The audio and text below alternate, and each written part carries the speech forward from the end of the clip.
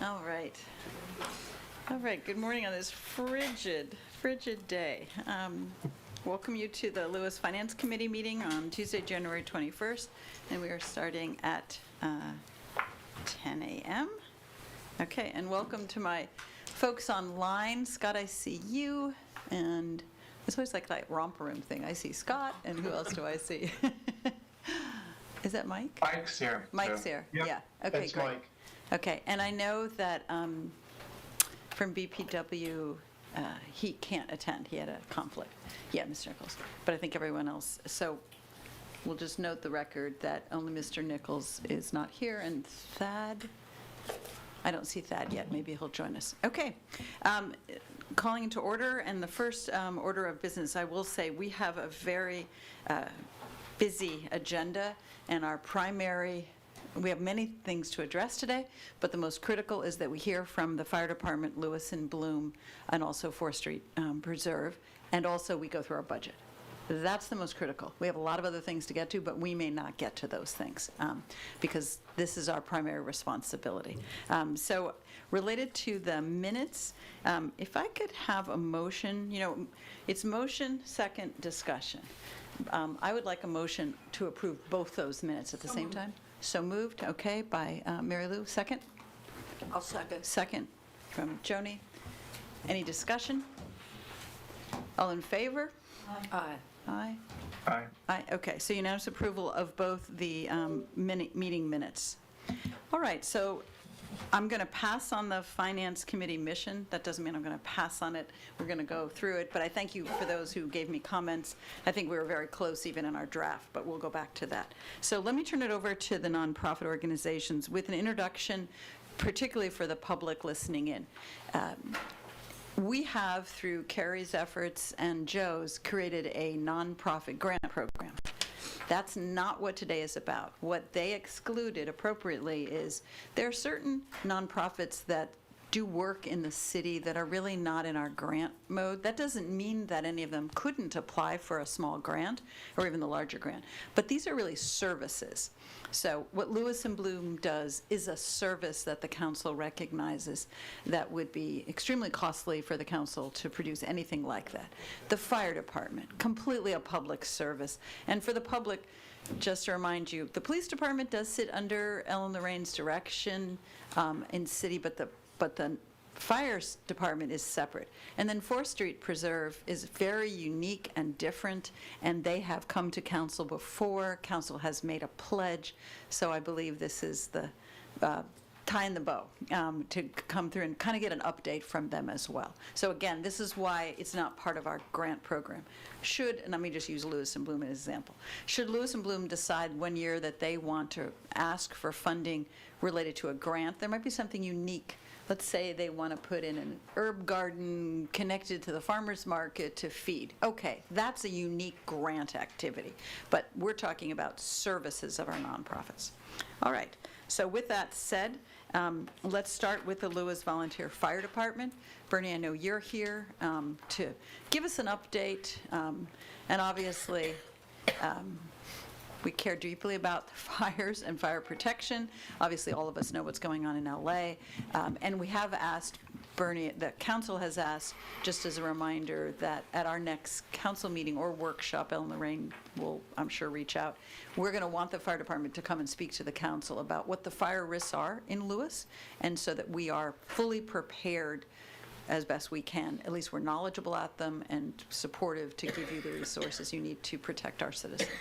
But with that, I turn it over to Bernie. And anybody come, introduce yourself. You have to give your address and who you are while you're here in front of us. Good morning. My name is Bernie Edmondson. I'm a firefighter and the Chief Marketing Officer for the Lewes Fire Department. I'd like to express my gratitude to the members of the Finance Committee for the opportunity to present the department's grant request. I'd like to begin my presentation with a brief overview of the department. The department operates from 3 stations, utilizing 24 emergency vehicles. We employ 25 full-time members whose main duty is to staff our basic life support units and, when available, our fire apparatus. There are typically 6 to 7 employees on duty each day. Additionally, we depend significantly on our volunteer force to staff our apparatus during emergency calls.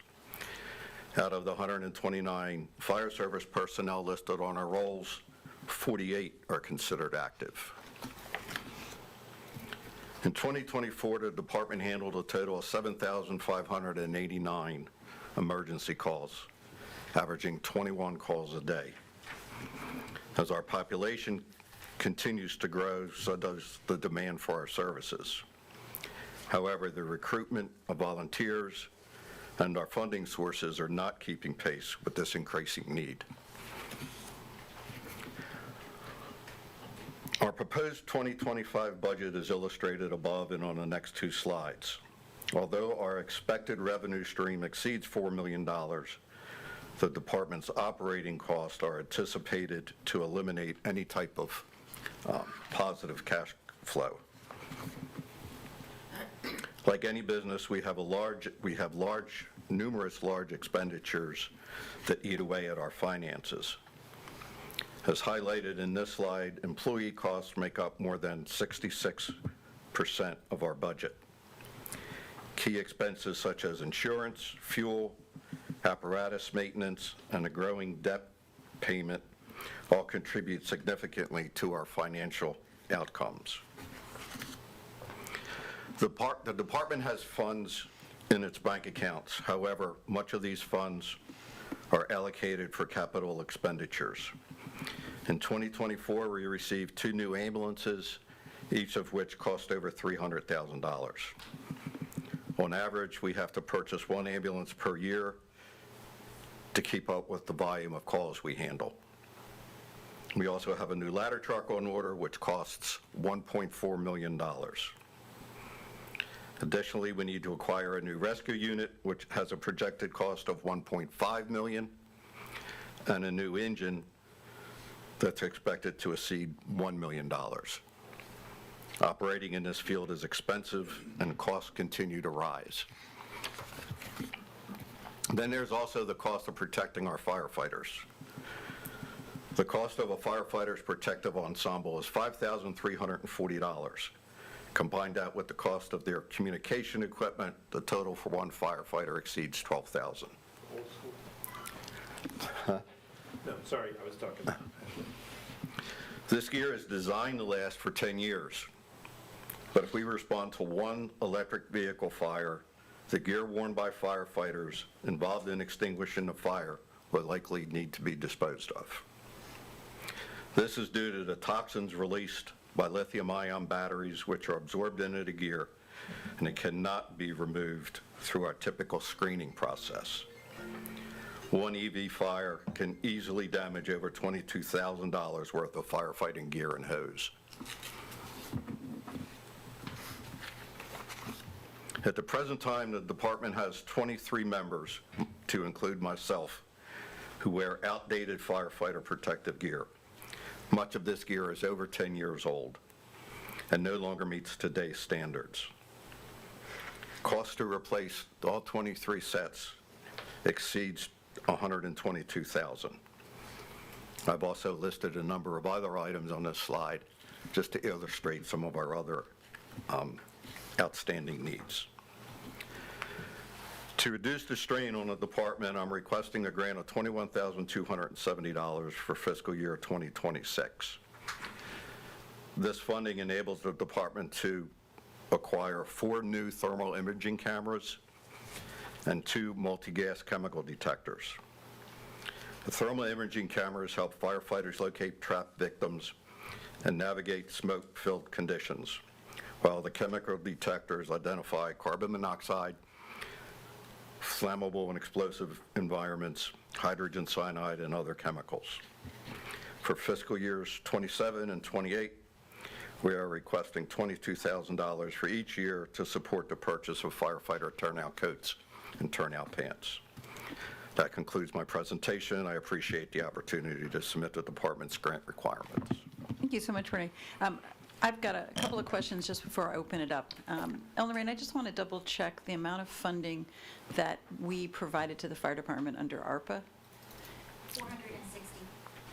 $460,000. Okay, and that 460, we are aware that, and they are aware that there's a clock by which they have to spend that money? And it's been expended. And it's been expended, okay. I just wanted to clarify that that was taken care of. We also know that there's a statewide fire study that's going on, and first we heard, we're going to, not from you all, but from the county and the state, that we would get results on that in December. That has kind of slipped to February, March, is that correct? So just so the committee knows, there is this study being done statewide. To summarize it briefly, it's to look at allocation of state funding a little bit more by demand than by equalizing it. So there is a pot of money, but we are unaware, and so is our fire department. And then there's even some concern that even if the study results are provided in the spring, the money won't be realized for quite a long time. So I just wanted you all to know that. My last question, then I'll open it up, is the $75,000 that we have, we, meaning council, has committed to in the past, is this request for roughly $21,000, but $22,000 in out years on top of that? Yes. Okay, that's what I thought. So basically, it's about $100,000 per year is what the fire department's requesting. And we're trying for these service-oriented nonprofits to give them the 3-year, there's a 2-year forecast, as we all know, so that they can plan, so that they're not coming back in every year wondering. So that's kind of our charge to recommend. Okay, with that, I'm going to open the floor to any questions for Bernie from the Finance Committee. Larry, go ahead. Just real quick. First of all, thank you for your presentation. Thank you. Just real quick, out of all the calls that you respond to, how many turn out valid? Well, If you don't have the number on hand. that I can't That's really fine. answer. I mean ballpark. I won't 90%? I won't. Okay, that's fine. With the Thanks. exception of, well, there's two main call types that we encounter that tend to be, not always, tend to be false alarms, and that's fire alarms. And iPhones have the, if you drop it, or if you hit your brakes and it slides off, it notifies emergency services.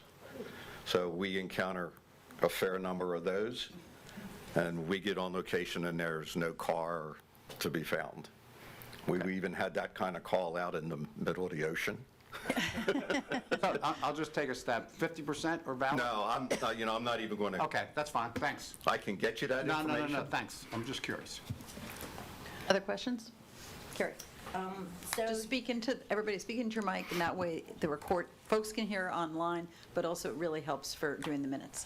Hi, thanks again. I'm sure that everyone on the committee thanks the volunteer fire department for being present in Lewes and for the work that it does. You gave us some interesting numbers. I'm sure I didn't keep up with writing them down, but I think you said that there are 7,589 emergency calls a year. Correct. And that includes both fire and EMS.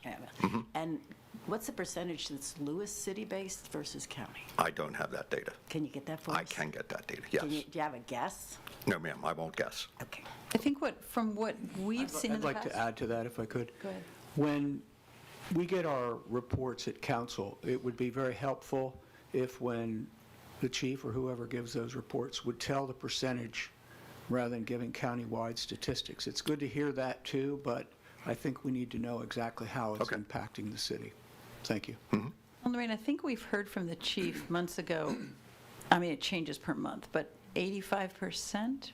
It's in the 80s for outside our think- city limits, Previously, it was 16% of the calls are in city. in city. Yet their service district is 54 square miles. Correct. So that's their designated area that they have to do. And I think you have a flat rate for ambulance. I've heard that question. If I live near BB Hospital, why is it the same charge as if I'm going 10 miles? But I think it's standardized by the I do department. believe it is, yes. Yeah, okay. Other questions? Mary Lou? Yeah, so question really for Ellen Lorraine. Ellen Lorraine, that line item of 75,000, hasn't it been that way for 4 or 5 years?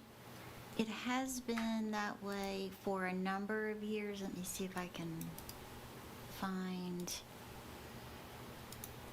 when it changed. It was increased in FY 2021 to 75,000. So it's been quite some time, even though their needs have escalated. And did we get any, I know there was some discussion with the county But did they postpone possibly increasing their funding until this fire study was done? Pretty much, that's what Okay. they've done. All right. BPW increased theirs to 30,000 from 25,000. So BPW, recognizing demand, did go up a little bit in their contribution. Okay, so this is a one-time, just this year, or would this No, continue? this would be continuing. Permanentized? So roughly for the to Finance Committee, 100,000. this is 100,000 Yeah. roughly, every year unless something dramatically changes. Like if the county came in and suddenly stepped up their funding? Yes. Okay. All right, That's exactly thank you. right. Thank you. And today, when we're discussing this and making our recommendation to Ellen Lane as she has a balanced budget, we can say, I'm just putting this out as a hypothetical, yes, 100,000, earmark 100,000, but again, wait till the county comes back. Originally, the fire department had come to council with a much larger number to look at for FY26. So thank you, Bernie, for getting that number down to a reasonable number, because they were wondering what the county would do. And so the council was, I think, Joe, is fair to say, inclined to keep supporting, of course, but waiting for the study to go up to a larger number. This is now a more it's a number that we can factor in at the Finance Committee. So at this point, for the proposed budget that we're looking at today, didn't we already set aside 75,000? 75 is in the draft budget. So we need to find, if we approve this, another $25,000. Anything above 75 would have to be included Right. in the budget. So any other questions? I probably missed it. You probably said it, but what is your annual cost to run the program a year? That I don't know. I'm not the treasurer. I'm just the guy that was elected to stand Can you up get here. us that I information? can get you that as well. I thought we'd do today is go through all the nonprofit presentations, and then we'll have time to discuss among ourselves. Bernie, thank you very much. Thank you. Very helpful. Okay. All right, so Mayor Ford, do you still go by Mayor Ford? Probably forever.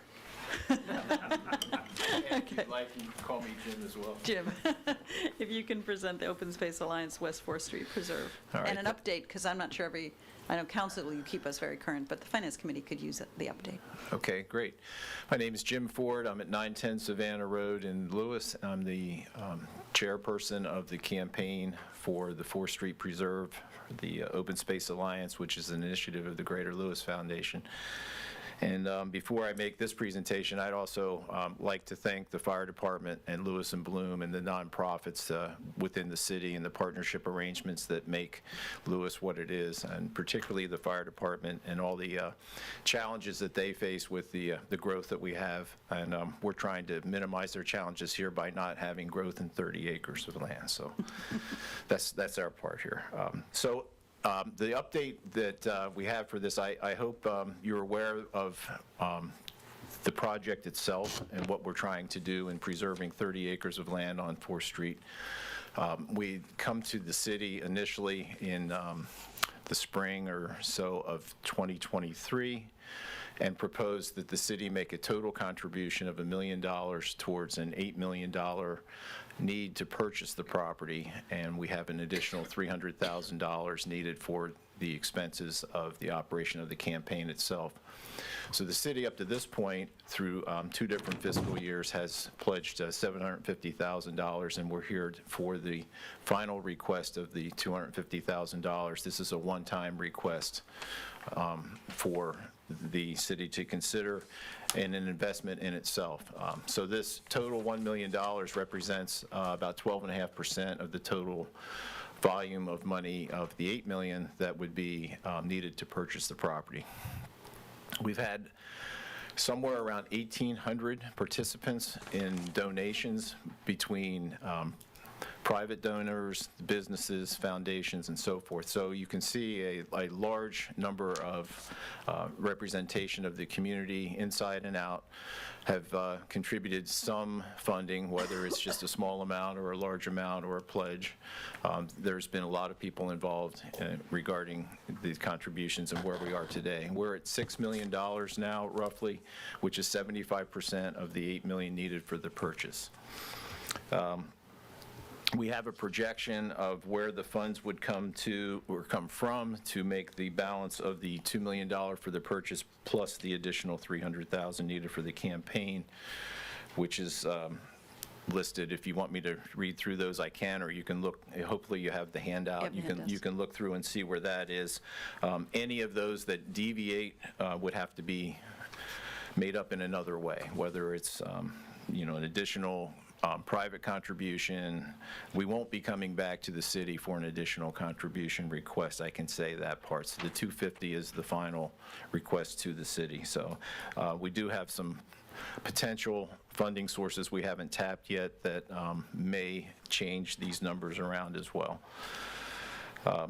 As far as the status of the project goes, we've been able to hire some really qualified, not hire, but have qualified people and organizations come on board for volunteers. So we're working on a site design right now with Rodney Robinson, who's a Lewes resident, landscape architect.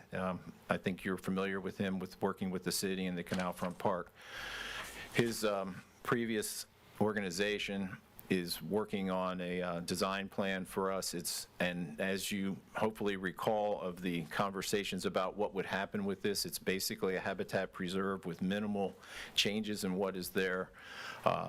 No building structures, passive recreational use of a trail. We're looking at a loop trail in there, and removal of invasive species and planting with native species.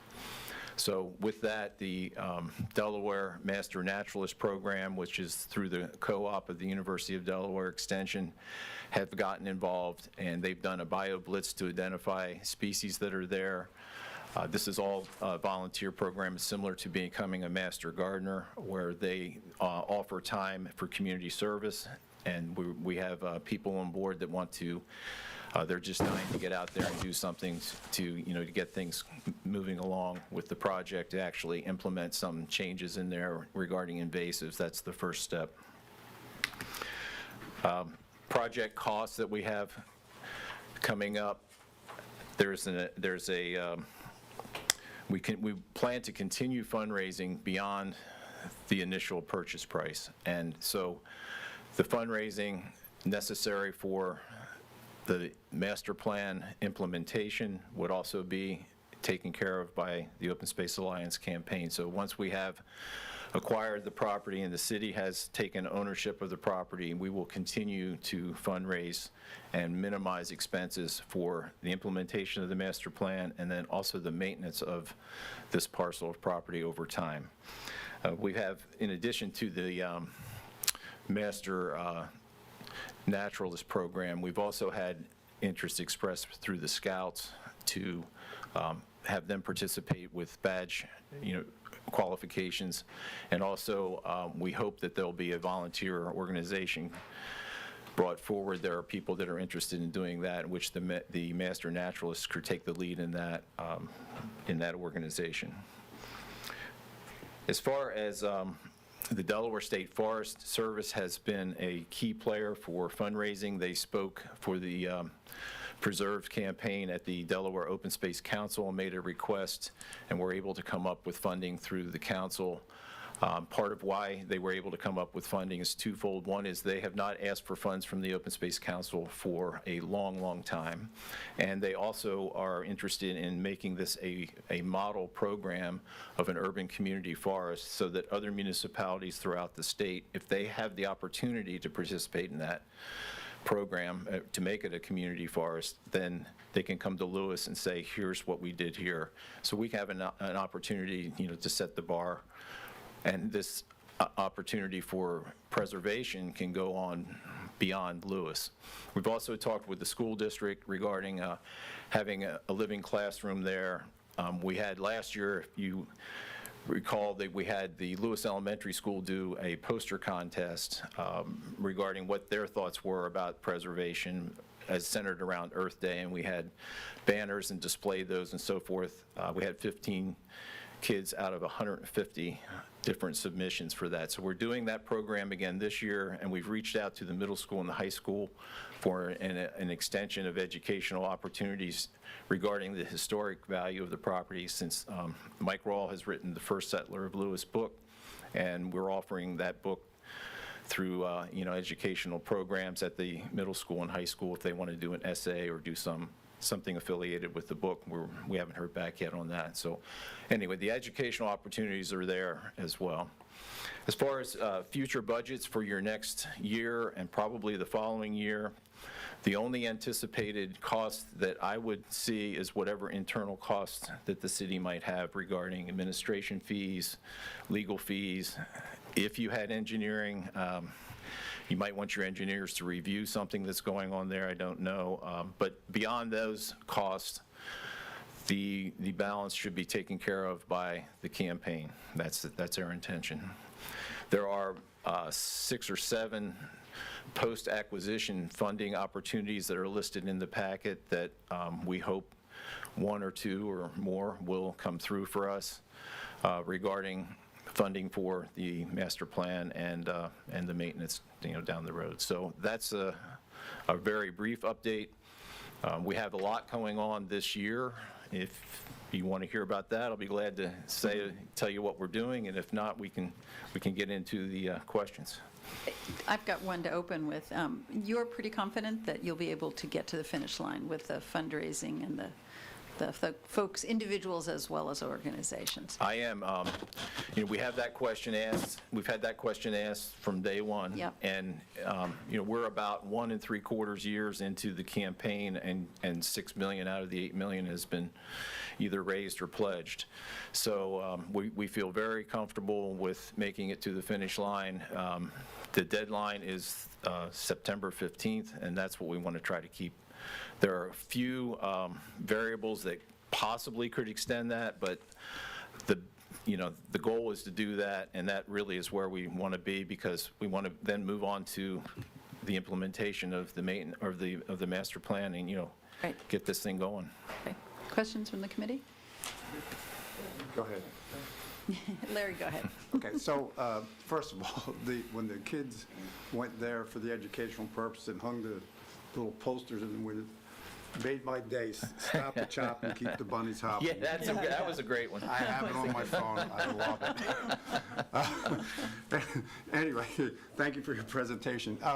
Amy or Joe, if I was at a meeting a month or 2 ago and there was an issue with swales that went over that property, and I don't know if there was a budget issue, is that constrained your budget, or is that your responsibility? Is that an issue? So I think it was about the tax It's the ditches. tax ditch. Tax And ditches, I didn't have that information in hand, but we did some research on that, and the way that is handled, I think generically through the county, but specifically for this property, is if you are a property owner that has a tax ditch on your property, you are assessed a certain fee by the county in your tax bill. And I think that's based on the lineal footage of the ditch, the access to the ditch for maintenance. So it's not just the width of the ditch itself. There's also like an easement right of way so that that a machine can get in there and clear it. But there So- was a significant presence of tax ditches on that property. And there is, and the fee for that is $202.50 a year. And then there are swales in there, but and other ditches, but they are not tax ditches. Thank you. Ray? Can you remind me again, once this property gets fully funded and you buy it, I think from the Rollins family, the idea is to turn it over to the city? That's correct. How does that work? So there would be basically a simultaneous action, and the attorneys are going to be working out the details of the contractual agreement. But when the settlement occurs, the funds would be transferred to the seller, and then the city would become the owner. So I don't believe the Greater Lewes Foundation ever holds a title to this, that it actually then becomes in the name of the city of Lewes. There will be a conservation easement that is put on it and held by the state of Delaware, so that it's protected in perpetuity as open space. Then it actually becomes an asset on the city's books. That's correct. The other question, and that's terrific, the other question that I had for you is huge number of people, individuals, campaign's been very successful. Do you have any idea what percentage of those were actually city residents that were showing their support for the project by donation?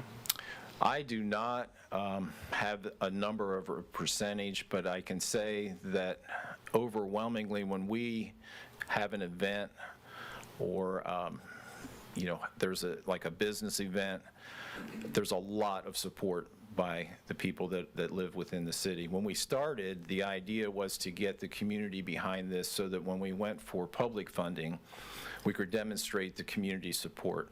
So a lot of the events that we held in the early, maybe the first 9 months of the campaign, were held locally, either in people's homes or maybe an HOA clubhouse or something. And most all of those were within the city limits. So I would guess about 3/4 or so, but I don't know for sure. I think that's a good indicator. We always wonder, with our workshops and stuff, what is the city support? And that's an excellent way for us to sort of spitball where the residents feel on this. I think it's great, especially, as mentioned, with working with the local schools. I think we should be doing more of that in the parks as well. I think your idea of reaching out with other nonprofits is really important. My husband is a scoutmaster, so full disclosure, I will say with conflict of interest, they're always looking for Eagle Scout projects. So Right. that's a good thing to maybe make a bench or help a trail, keep that Yes. in mind as you go forward. And I say that not only to get them out of the house to work on their projects, but you can only be retired and lived in the same house so long. So what I say it for is when we drafted those 2 applications for the nonprofits grants for the city, which are now up to the city council to accept, one of the big things that we looked for and we gave preference to was groups that were working together with other groups in the city. So your group is doing exactly what we have a vision for in Great. nonprofits, so keep up that good work. Thank you very much. Thanks. It's been a really interesting campaign with the amount of diversity and organizations that have reached out to us. You know, that's where it's become now. It's like we still initiate contact, but we also receive input from organizations that are interested in participating in this. And we didn't know anything about the history when we first started. Mike's research, unveiled a really interesting story there.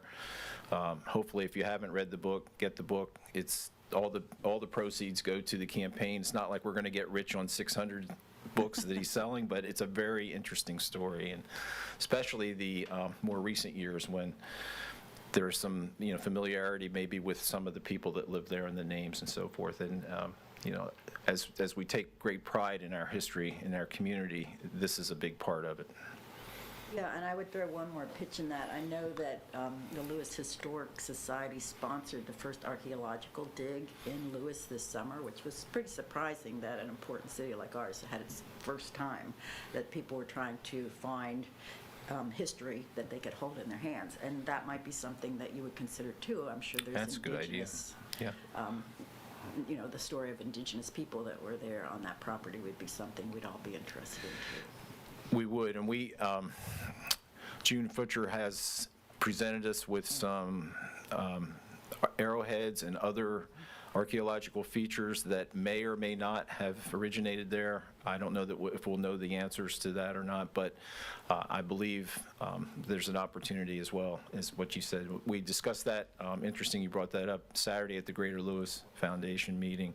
Steve Rogers, the board member, brought that up. So I Yeah, think and we'll go there with it. And I bring that up because another important part of the applications that we propose to the city is to make sure that we're providing, we're taking serious stewardship of the money that we're giving to nonprofits and ensuring that they're not going to organizations that discriminate or programs that discriminate. And I think embracing the diversity of the history of Lewes reflects the history of where we are in Lewes today. It would, and it would go right in hand where historical and cultural affairs is one avenue of revenue that we haven't really looked at yet, and that would go hand in hand with that.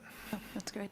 Jim, I want to talk a little bit about, thank you, Carrie and Larry, about the maintenance costs. I want to understand the city's responsibility. At one point, I heard that your organization was raising an additional $300,000, not all of that going to the city. That was covering some costs you have in marketing and all. But so when the day comes that you'll be successful and this is handed over to the city, as you said, there will be legal costs, recording it as a conservation easement. So there's some costs the city has to pay. You're committing to the Greater Lewes Foundation continuing to raise money, but are you also conveying funds at that point, do you believe, or is that your plan? Yeah, we are going to convey some funds. It's unfortunate that we're using the number 300,000 twice. Okay. So, and let me clarify that. The 8.3 million is 8 million to purchase the property, 300,000 for the campaign expenses. Okay? After that, our goal is to raise another 300,000 for the city's future use of maintenance and/or an endowment for the operations of that preserve. Also, as I mentioned one time, but we really haven't gotten into it yet, I'd like to look for a volunteer group to, be stewards of this in conjunction with someone from Parks and Rec being involved with that, the Delaware Master Naturalist being involved with that, and other volunteers to offset any physical maintenance that may be necessary. Right. The removal of the invasives and the replanting of natives takes time. So what the idea would be there is they make small little, what they call islands, come in, remove some of the invasives, plant some new native species, and then curtain them off so that they have a chance to grow without damage from either deer or anything that could happen to them. So then once they get established, then they would move on to another area. So you'd have these little pockets of developed changing and evolution of that from the invasives to the natives. All of that could be done through contribution of time for community service. And I think it's important to note for the public as well, this would be under the Park Service because it's one of our green assets, but maintenance of a preserve is not maintenance of a park. So if a tree falls, unless it's right across a path or into the road. You want preserves to be natural preserves. That's correct. I'm personally, as a citizen, excited about what you mentioned about the urban forestry showcase, that this would be a model for other communities that folks could come and learn from that as well. Yes. There is and you and I have had a conversation about this. GMB is helping the city to look at some of the FEMA grants. It may not be in this cycle, but in the next cycle, which is probably more appropriate because the property would be in the city hands. But there are grants where you would look at floodplain mitigation. So there are a lot of wetlands on this property, and so FEMA looks at giving funding for properties that are in floodplain. This is not in the 100 or the 200. But because of the wetlands, if you get out the invasives, you're actually letting the ecosystem do what it needs to do. And so I think that's something that the city can look at in its FY27 budget to be applying, and GMB has already identified that as a citywide grant to look for natural ways we can address flood mitigation. So I think that's one thing we can look forward to. Yes, we're working now as well to get an idea of the cost of either a creation of a man-made wetland that might be part of this design or the enhancement of the existing wetlands that are there. So if we can have a cost estimate for that, part of that is necessary for an application to FEMA for the funding. And so we're in that mode right now, and all of that would be post-acquisition, but remediation and flood control is all part of it. All part of this. Well, thank you for the efforts. I'm sure it was daunting at first, hard to raise that much money, but clearly there's been a lot of interest. There's been a lot of support, and I mean, we're going everywhere. Dogfish Head's going to make a beer for us. I mean, it's we're going to have a concert at Rock the Docks. We're having a good time, and we're getting there. That's fantastic. Any other comments or questions from the committee? No? Okay, thank you very much. Thank you. Ellen Lorraine, that $750,000 has already been earmarked and protected, and is the $250,000 in your FY26 budget? No, it is not. Okay, all right, so both of those. Yes, Joe? I have a question. Can you do it in the mic? Can I ask a question of the fire department? Sure. Can we go back for a moment? Yes, we can, absolutely. Bernie, come Okay. on back up. Bernie, I had a question for you. You talked about the fire suits and how expensive they are. One of my thoughts is, if I have insurance on my car and these fire suits are ruined, why isn't the auto insurance company paying for those costs? We have to be real careful because we can't, from what I understand, again, I'm not the treasurer, we have to watch, we can't bill for fire service However, I am working on putting together a proposal to the department that would actually do that. We would bill the insurance company for the damages to any of our equipment. Well, just given thought about what you said, it just doesn't seem fair that you bear the cost for the insurance company. Yeah, And, yeah, there are some departments that bill for a house fire. If you have an auto accident, yes. they'll bill for basic services. If we have to cut you out of a car, then they bill for extrication services. I see. That's not something that's done here. I don't think it's done in this state. But,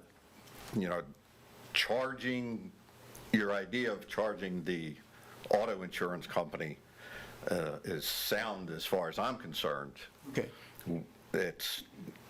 Can we get that mindset changed, and how successful will we actually be? Would it require state involvement? I don't think so.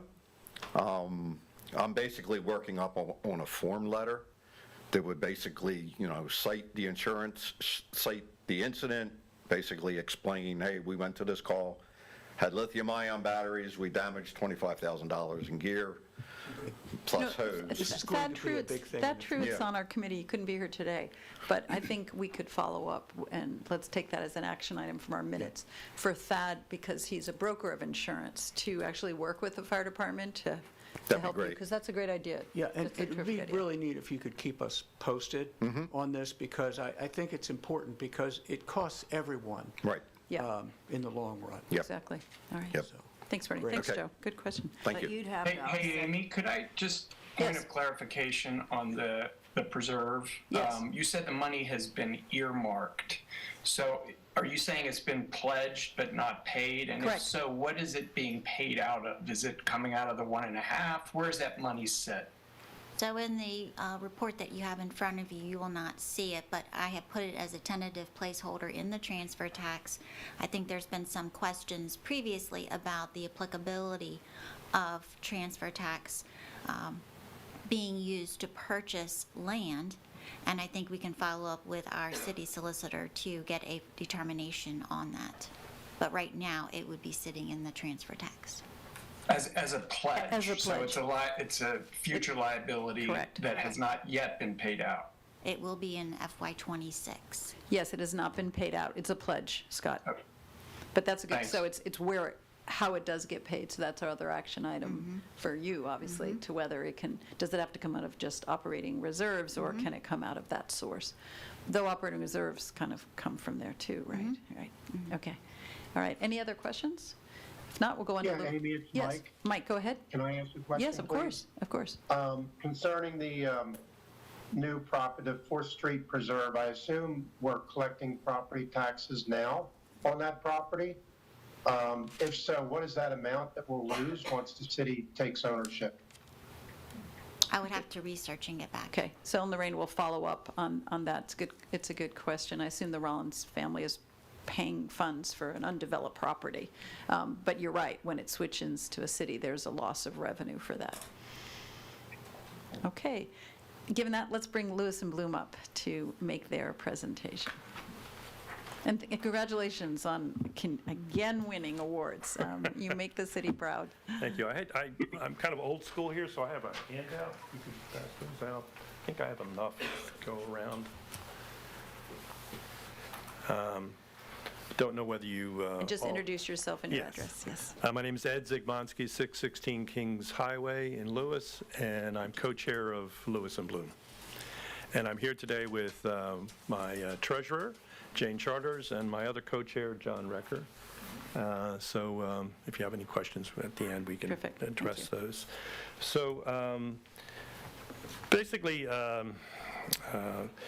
you probably all know the history of Lewes and Bloom, but I'll give you a quick summary, and that we started in 2021, where our founder, Warren Goldie, came back from a trip to Lewes, England, and saw the flowers there and said that'd be a great idea to have flowers here, and approached then Mayor Ted Becker and and Betsy Reamer from the Chamber of Commerce, and suggested that. They both agreed, and the first meeting that was held, we had 7 women come with Warren Goldie, and they started planting flowers, and the women that year took empty gallon jugs of milk and filled it with water and poured it over and to make sure the plants were taken care of.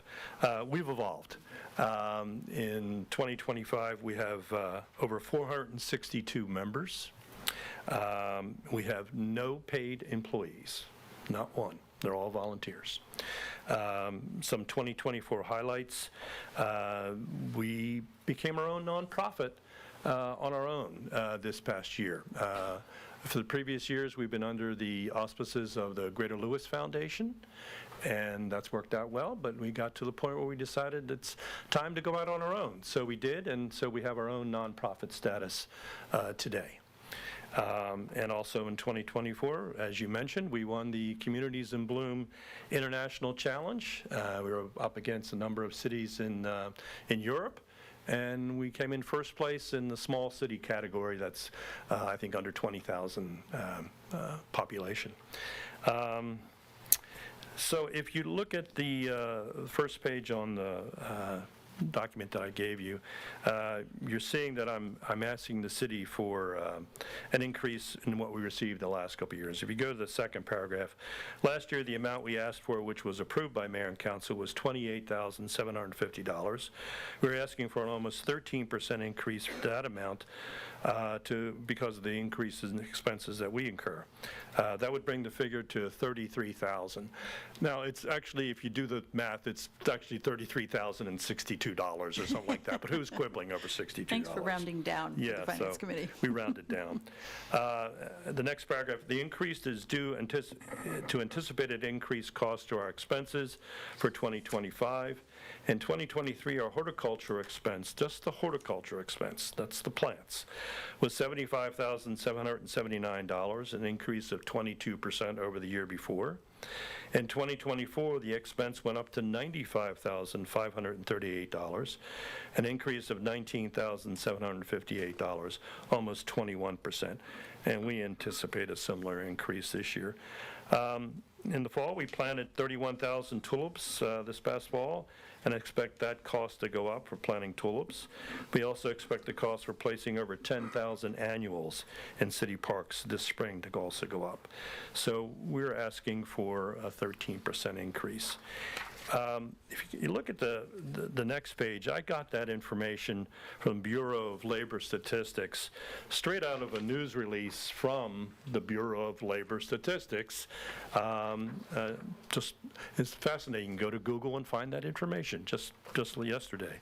And the Bureau of Labor Statistics, as of December 17th last year, said the total employer compensation costs for state and local government workers average around $62.92 per hour, worked in September of 2024.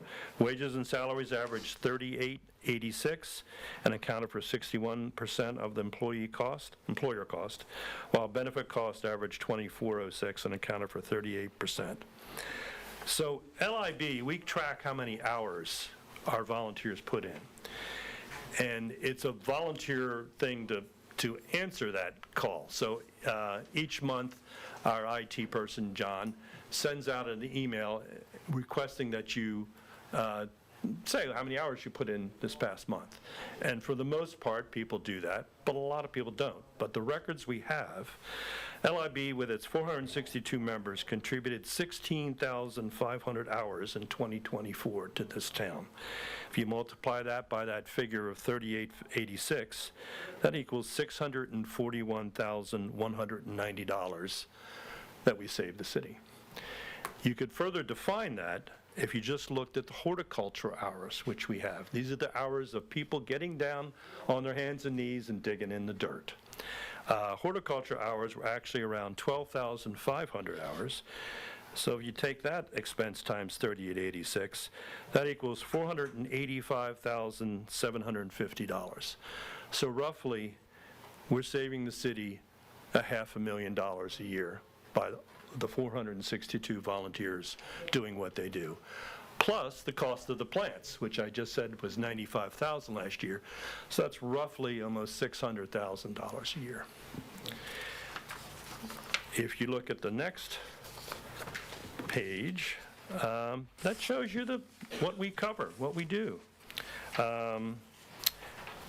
We serve 18 parks and 9 other locations within the city, 27 in all. And that map that you have in front of you, it pretty much indicates where those locations are. And if you have any questions about that, we can go over that. But again, 27 locations within the city that the Lewes Volunteers plant plants. How do we reach our fundraising goals? We have a budget of roughly $200,000 a year. We have 5 or 6 fundraisers a year that we have to put together, be they anything from Do More 24, which is coming up in March of this year through the state, to the garden market. Well, our members give us plants and we sell them on a particular day, and usually Memorial Day weekend, to the tulip sale where we sell tulips during the tulip celebration the first, second week of April, to Dogfish Head doing a beer and benevolence thing and giving us the tips for the month of May from their employees, which is terrific. And so we have to raise funds our own to all the donations that people give us. The largest one, of course, is the annual tulip appeal that happens in August of each year, which was only started a couple years ago.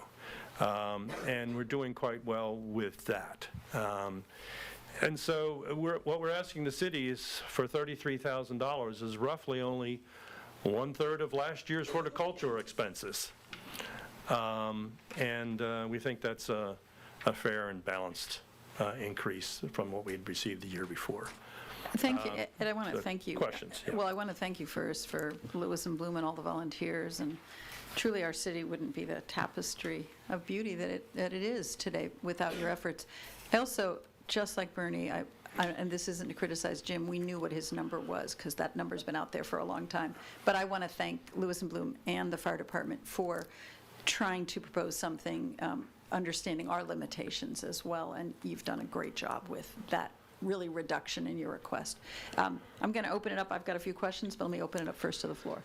Well, I just wanted to comment that I really enjoyed meeting with your group and learning more about Lewes and Bloom. I think I've heard concern mentioned in the community that this is an aging group, and that in the future, if anything should happen, we might lose these kinds of services or they would be harmed. I was wondering, is there anything you're doing to further institutionalize the organization so that it is kind of like the Historical Society where it maybe has a director and will be set in place long-term? Right. All I can say to that is that's a question that we're going to hopefully try and answer at what we call our retreat, which is coming up in about 10 days. We have an annual retreat, which is basically, we don't go anywhere. We have it at the library, and we spend an entire day on topics such as that. We have a long-standing joke within Lewes and Bloom whenever our board meets, and we say, we need to get some younger people in our organization, people in their 60s. Yeah. Because, we are all getting older, and that is a concern, especially when you're all volunteers. At what point does a volunteer who's active at 72 decide not to be active at 78? Right. Well, just look at this committee. Well, look at We're our all town. volunteers, I too. mean, what's the median age in our town? 65, I think. We know So- that in snow shoveling, when the city reminded us that was our responsibility to shovel our Right. sidewalks. Thanks to the city for that. But yet, I've lived here 48 years, and I've never gotten a ticket if I didn't shovel the first day. Exactly. So, Exactly. Just a good reminder. it's a very good question, Joe. I don't know if I have the answer right off the bat. Well, I'm interested in that topic and would like to see you be able to really be institutionalized because I think that you bring a lot of revenue into the city. We may look at it as, it's flowers. It's flowers. But people come here because of a lot of the work you do. Thank So you. you add value. Yeah, I think we do. Yeah, most definitely. Questions? Others? I have a quick Yep, Larry? question statement. Thank you for your presentation. So your budget's $200,000 a year? Roughly. Ballpark, yeah. And is there a shortfall now? Is that why you're asking for the funds, or you're just trying to be proactive and? No, we're trying to be proactive. I mean, we came to the city 2 years ago and asked for $25,000. It was granted. Last year, we asked for $28,750. 15% increase, and then we're asking for a little bit more because our horticulture expenses are going up each year. Okay. Just a quick comment, none of my business, but, so, in your organization, I talked to a lot of people in town, and especially when you win awards, you see the hotels' revenues go up, you see restaurants go up. That might be a piece of data that you may want to well, you must capture it already. Well, Smile. no, I'm not. I'm smiling to hear that. I didn't realize I talked to a lot that. of people, and they always tell me they could not know anything about the town that you won awards, but they can tell by the increase in revenue that they commercial entities are realizing. Well, I think one of the things about Lewes and Bloom is we put smiles on people's faces. It's a natural, you know. It just, we have a Facebook and Instagram accounts that one of our board members takes care of. And if we put something on the account about here's the workers working in the garden and this is what, the garden looks like, we'll have 500 responses, 500 likes, easily. nice. My Sometimes wife was 1,000. digging in the freezing cold the other day, so you didn't put a smile on her face. Well, there is the off-season.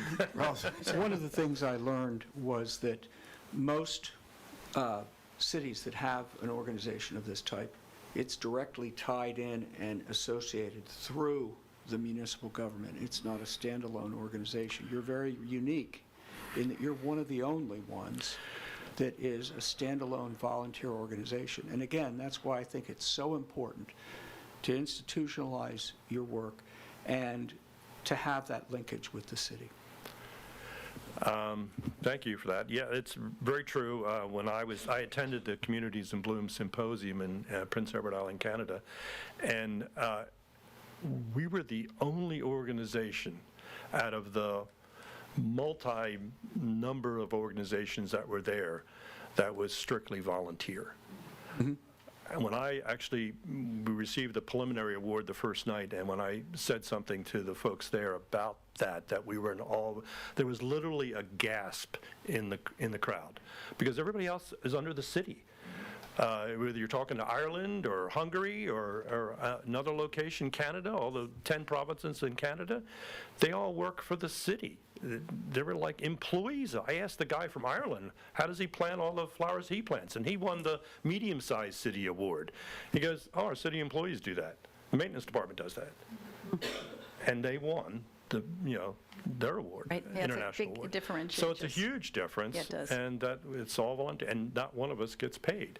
Now, that may have to change in the future. Warren Goldie, our horticulturalist, is 85.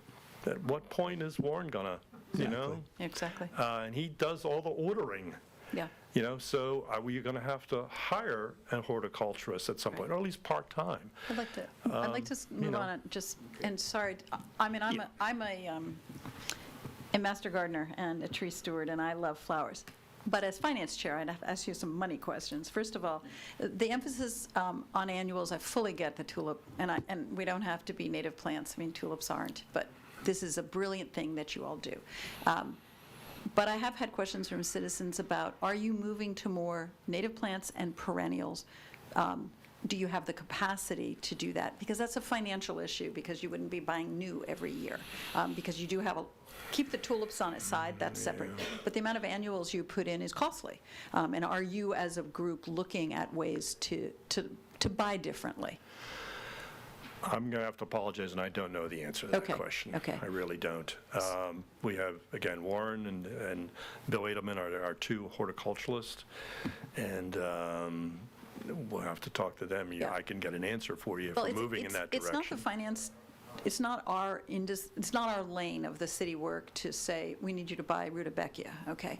But it is to say, what are you doing going forward, because costs are just going up, and so in future presentations.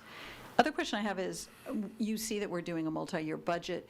Does your organization have a request, just like the fire department just gave us for the next few years, what they're looking at? And 4th Street is saying, this is my last time, Jim's Right. coming to this. Where are you in that? I don't know, this is the third time I've had to do this now over the 3 years Okay. we've requested this. We're not really sure where we're at with that, are we? Well, we do annual budgets. You do annual budgets? Yes, Okay. I mean, yeah. Okay. And so, I mean, I've asked for basically a 15% increase, each year. Mm-hmm. Would it behoove your committee to go before council and say, Lewes and Bloom would request a 15% increase per year? Well, I think this is where I you don't would know. do it right now. Let us know, do you want to bump this 33% up for the 5 years with that? You put a 13% increase in this year, Right. correct? So what if you put a 13% increase, and it would be negotiated each year as we look at this? I don't know, just a thought.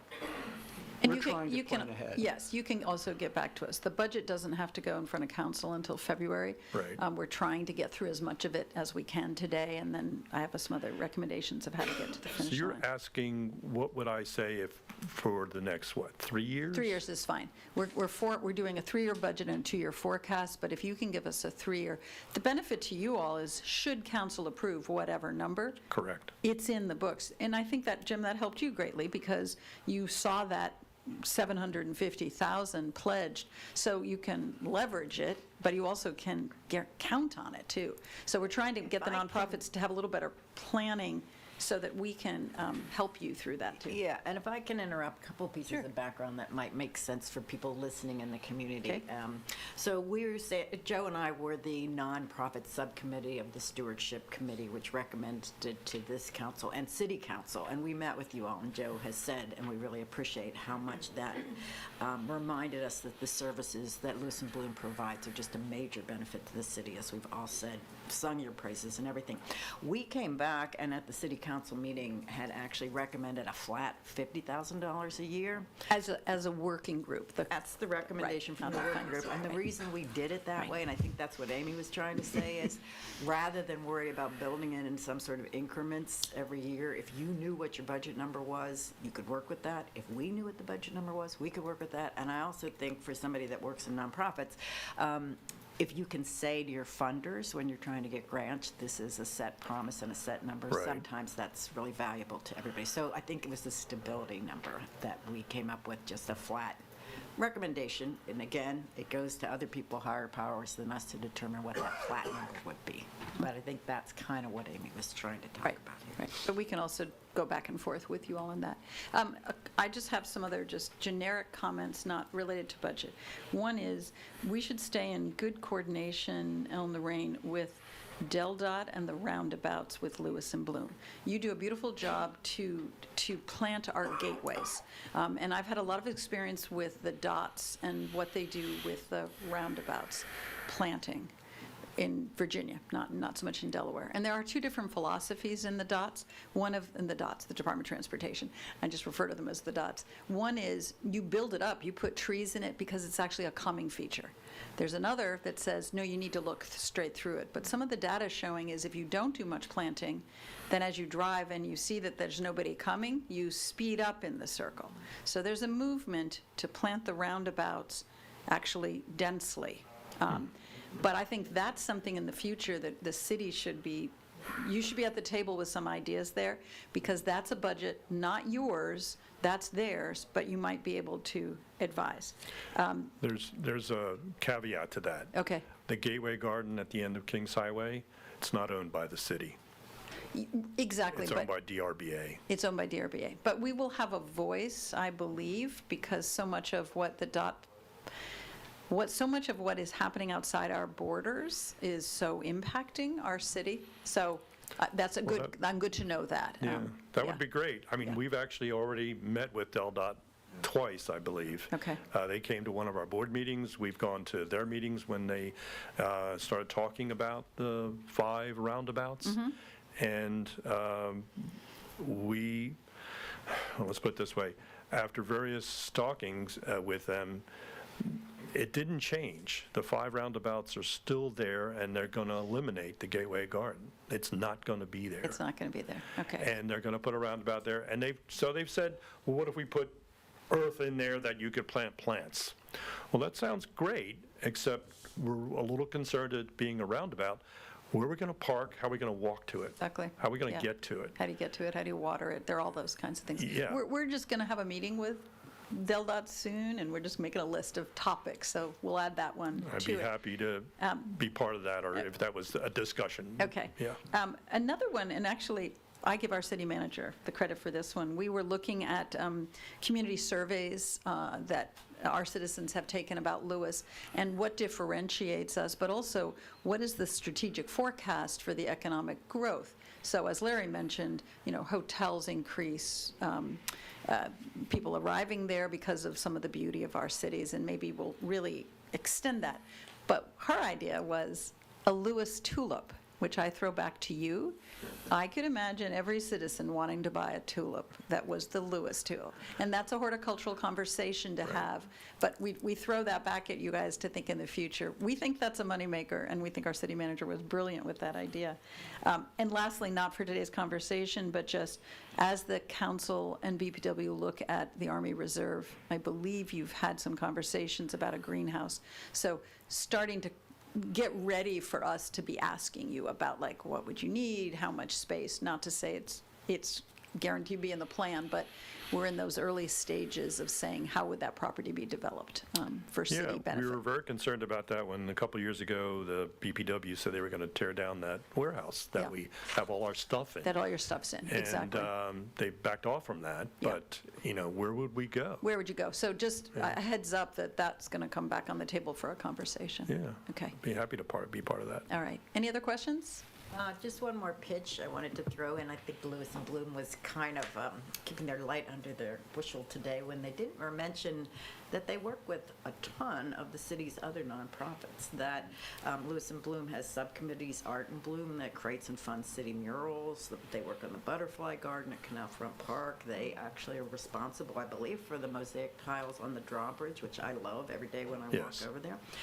Their current project is the Lewes Railroad Station, where they've been working with the Lewes Junction Railroad and Bridge Association to put a mural up on the city museum there, the Historic Society Museum there. And they There are 2 timeline murals on the backside of that railroad station as I speak. And you all come out of pocket for that. It costs you $30,000, I think, for the mural, and it costs another $30,000 to put some pavers in next to those buildings. So in does. addition to bulbs, volunteer hour, I think because we made such an effort to encourage people in the nonprofit grant applications to work together to make it more of a sense of community, you all are definitely leading by modeling it, so we appreciate that. One of the nicest projects that we're going currently within Art and Bloom is to put up 2 murals on the side of the Lewes History Museum facing Kings Highway.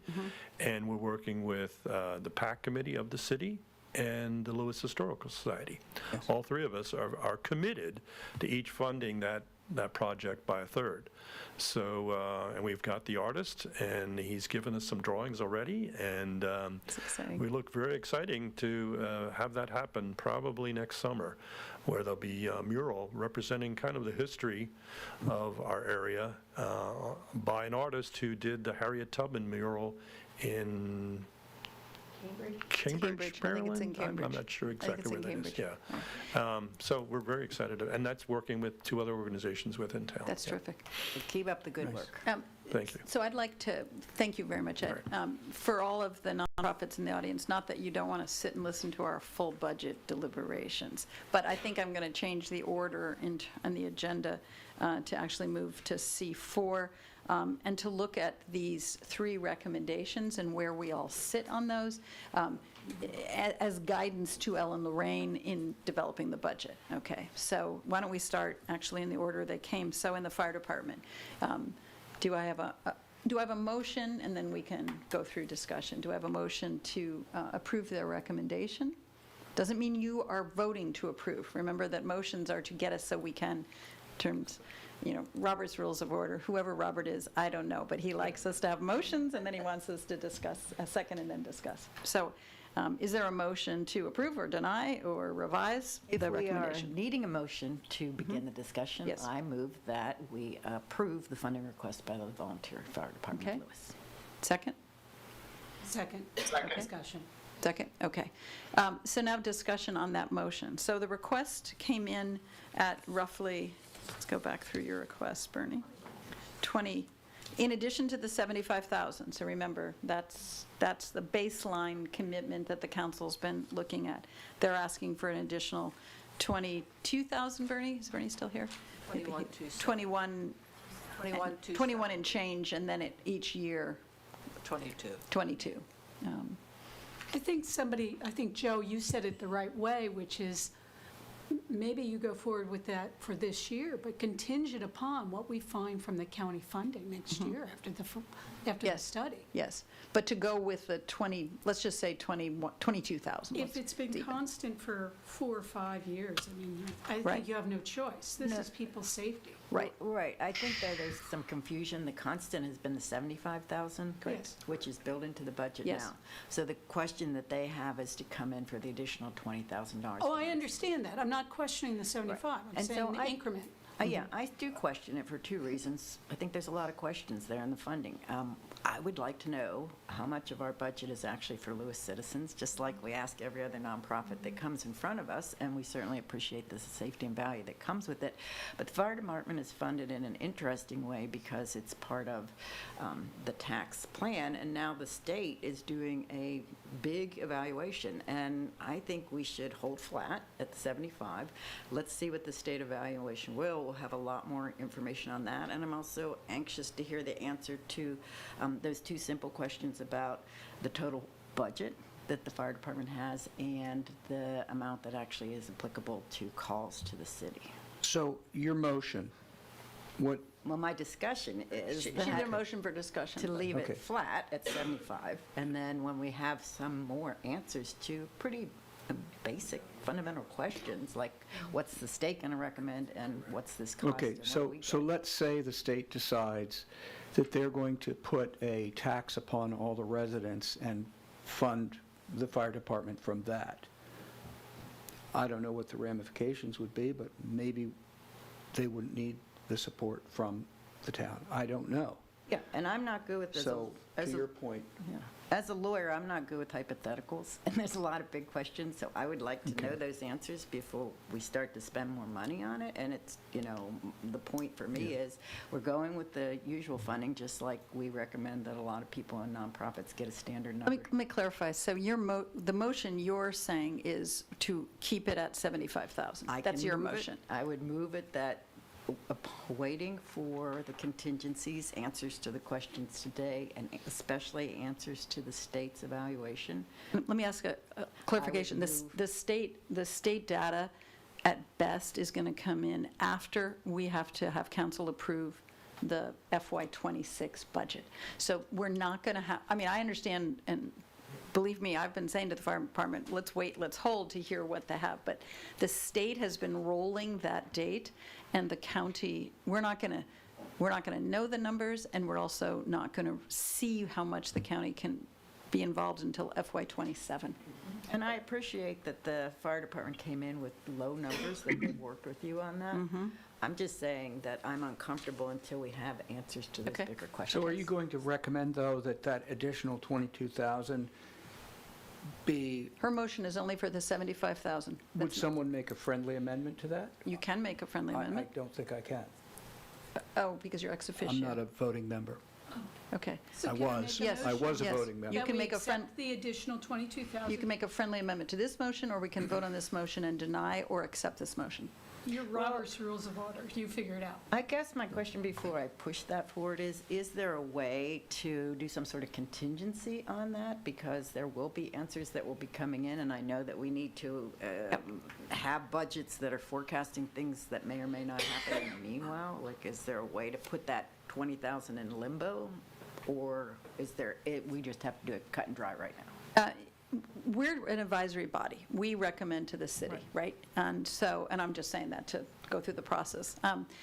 we can. I was going to can I make a suggestion? Yes, go ahead, Mike. That the 22,000 would be approved, but it's contingent upon, it would be netted with any state or county funds received. In other words, if those funds are not received, Lewes would spend the 22,000 or allow the 22,000. Okay, would you accept that as a friendly amendment? I would accept that Okay, as an amendment. okay.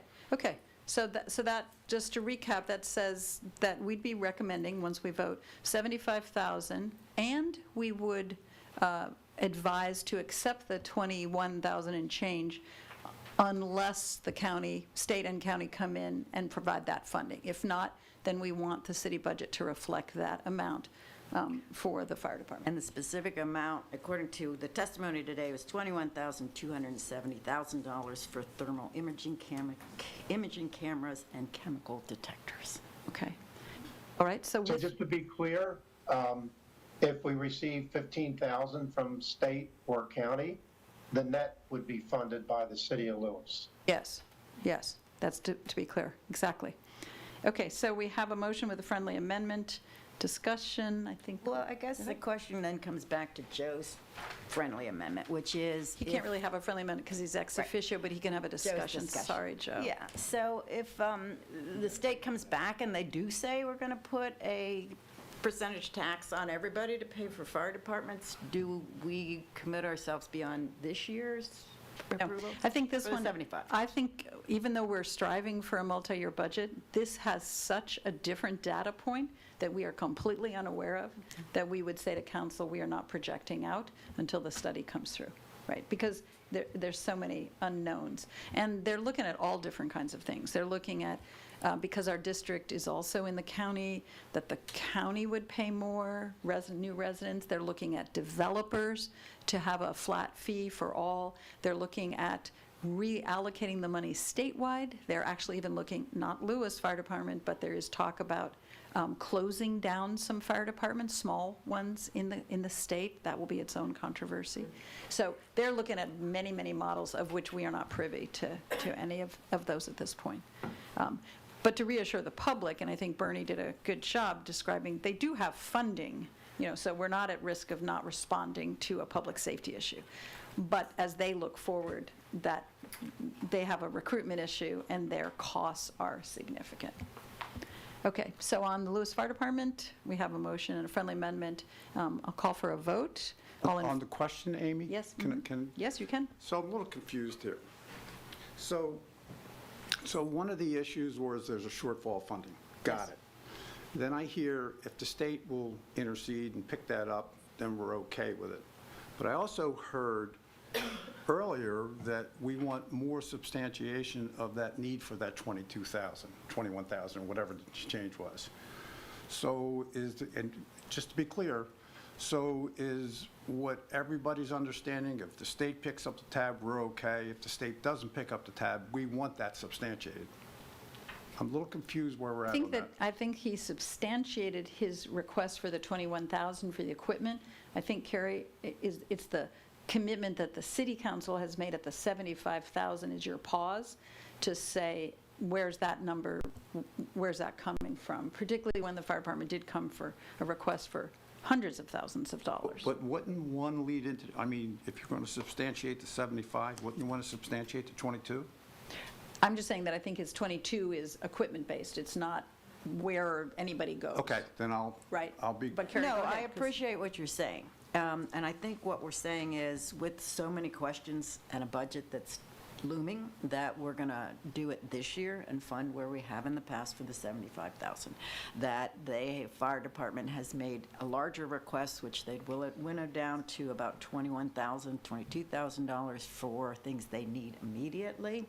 That would put the fire people at risk and without this equipment, and that's not our intention. But our intention is to sort of figure out in the future for budgets after this, what's the state's commitment going to be based on evaluation, and also just clarification for all of us as to how much the department is providing services to our community, which could be as low as 16% from what we've heard today, to get that number solidified to make future decision-making.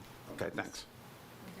That's good. I think we should direct the city manager when that study comes out, and I know that Ellen Lorraine and Jan and I have met with Gina, with their county counterpart, to say, we don't want to just open the mail and see how much money you're giving us. We actually want to have a conversation because we know our fire department is serving a 54-mile district. And so, you're right. We're addressing a lot of Sussex County folks. And so if they're not coming up, meaning they, the county, with their share, then where are we? The other thing I would say is let's get the fire department back next year earlier. So it'd be probably like in our third quarter meeting that we would know by then what the county and state are doing, and to ask for more of the data that you're, like, in other words, if you're going to come back to us on the 75, we're going to need more. We're going to defer to council's commitment kind of pledge they've had historically, but don't assume that's in unless you give us more data for next time, right? And so I'd like to vote on that, but another question that I do have, and I'm new to the committee, so Ellen Lorraine is going to tell me procedurally how this is done, but they talk about big dollar equipment in the fire department, and I don't know if any of us are privy. Is there competitive bidding with various companies that are doing this? I've actually personally checked on that, and it is very standard. It's about $1.4 million to $1.8 million for a ladder truck. It's a shocking number that our region is having to go after. I don't know about the ambulance every year and what they're doing on that part, but the big investments, they're very much in line with other communities of our size. I was just thinking more on the safety equipment, like simple things like, renewing your fire canisters with gas every year, which I think is required by fire departments and things. I know there's a lot of small companies that are doing that, and I know there's a lot of, in our goal to get more minorities and other people involved, we could see the competitive bidding. Does it have standards that make a more inclusive small business model, et cetera, et cetera? But I would defer to Ellen Lorraine on that, and I can talk to her more about that. That sounds good. That sounds good. It's good follow-up on other nonprofit issues. Okay, so let's take a vote on the motion for the fire department with the friendly amendment. All in favor? Aye. Aye. Aye. Aye. Aye. Opposed? Any abstentions? Okay, passes unanimously. All right, let's move on to open space. This is the commitment for the last request. You might in your life come back in front of the Finance Committee. I don't want to. Never, right? Yeah, no, never say that. But as we said, the $750,000 pledge, the council's already approved that. The council will not be surprised by this dollar amount at all. The overall, prior to my being on council, my understanding is this was the commitment of the share. This is a huge asset coming into the city. So do I have a motion on this request? To discuss. A motion to, it's a motion to approve it, and then and a second, and then you discuss. I move to approve the funding. Okay? The $250,000. Just make your motion a little bit clearer for the records for the Sure. $250,000. I move to approve the $250,000 request for funding. Okay, a second? On the question, and this is where you're Can going. I just get a second, and then we can have the discussion? I'm sorry. Second? Okay, Tina seconds. Now, open for discussion. On the question, hate to be a stickler, so. No, you're fine. Well, anyway, so there's, and this bothers me because I worked with Scott on the original budget. Does this have to be contingent on the validity of pulling the funds from the 1.5% transfer?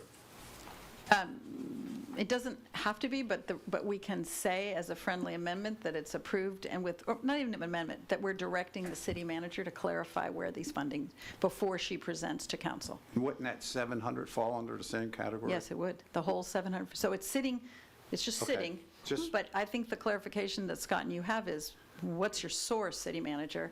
And so she needs to be clear from that.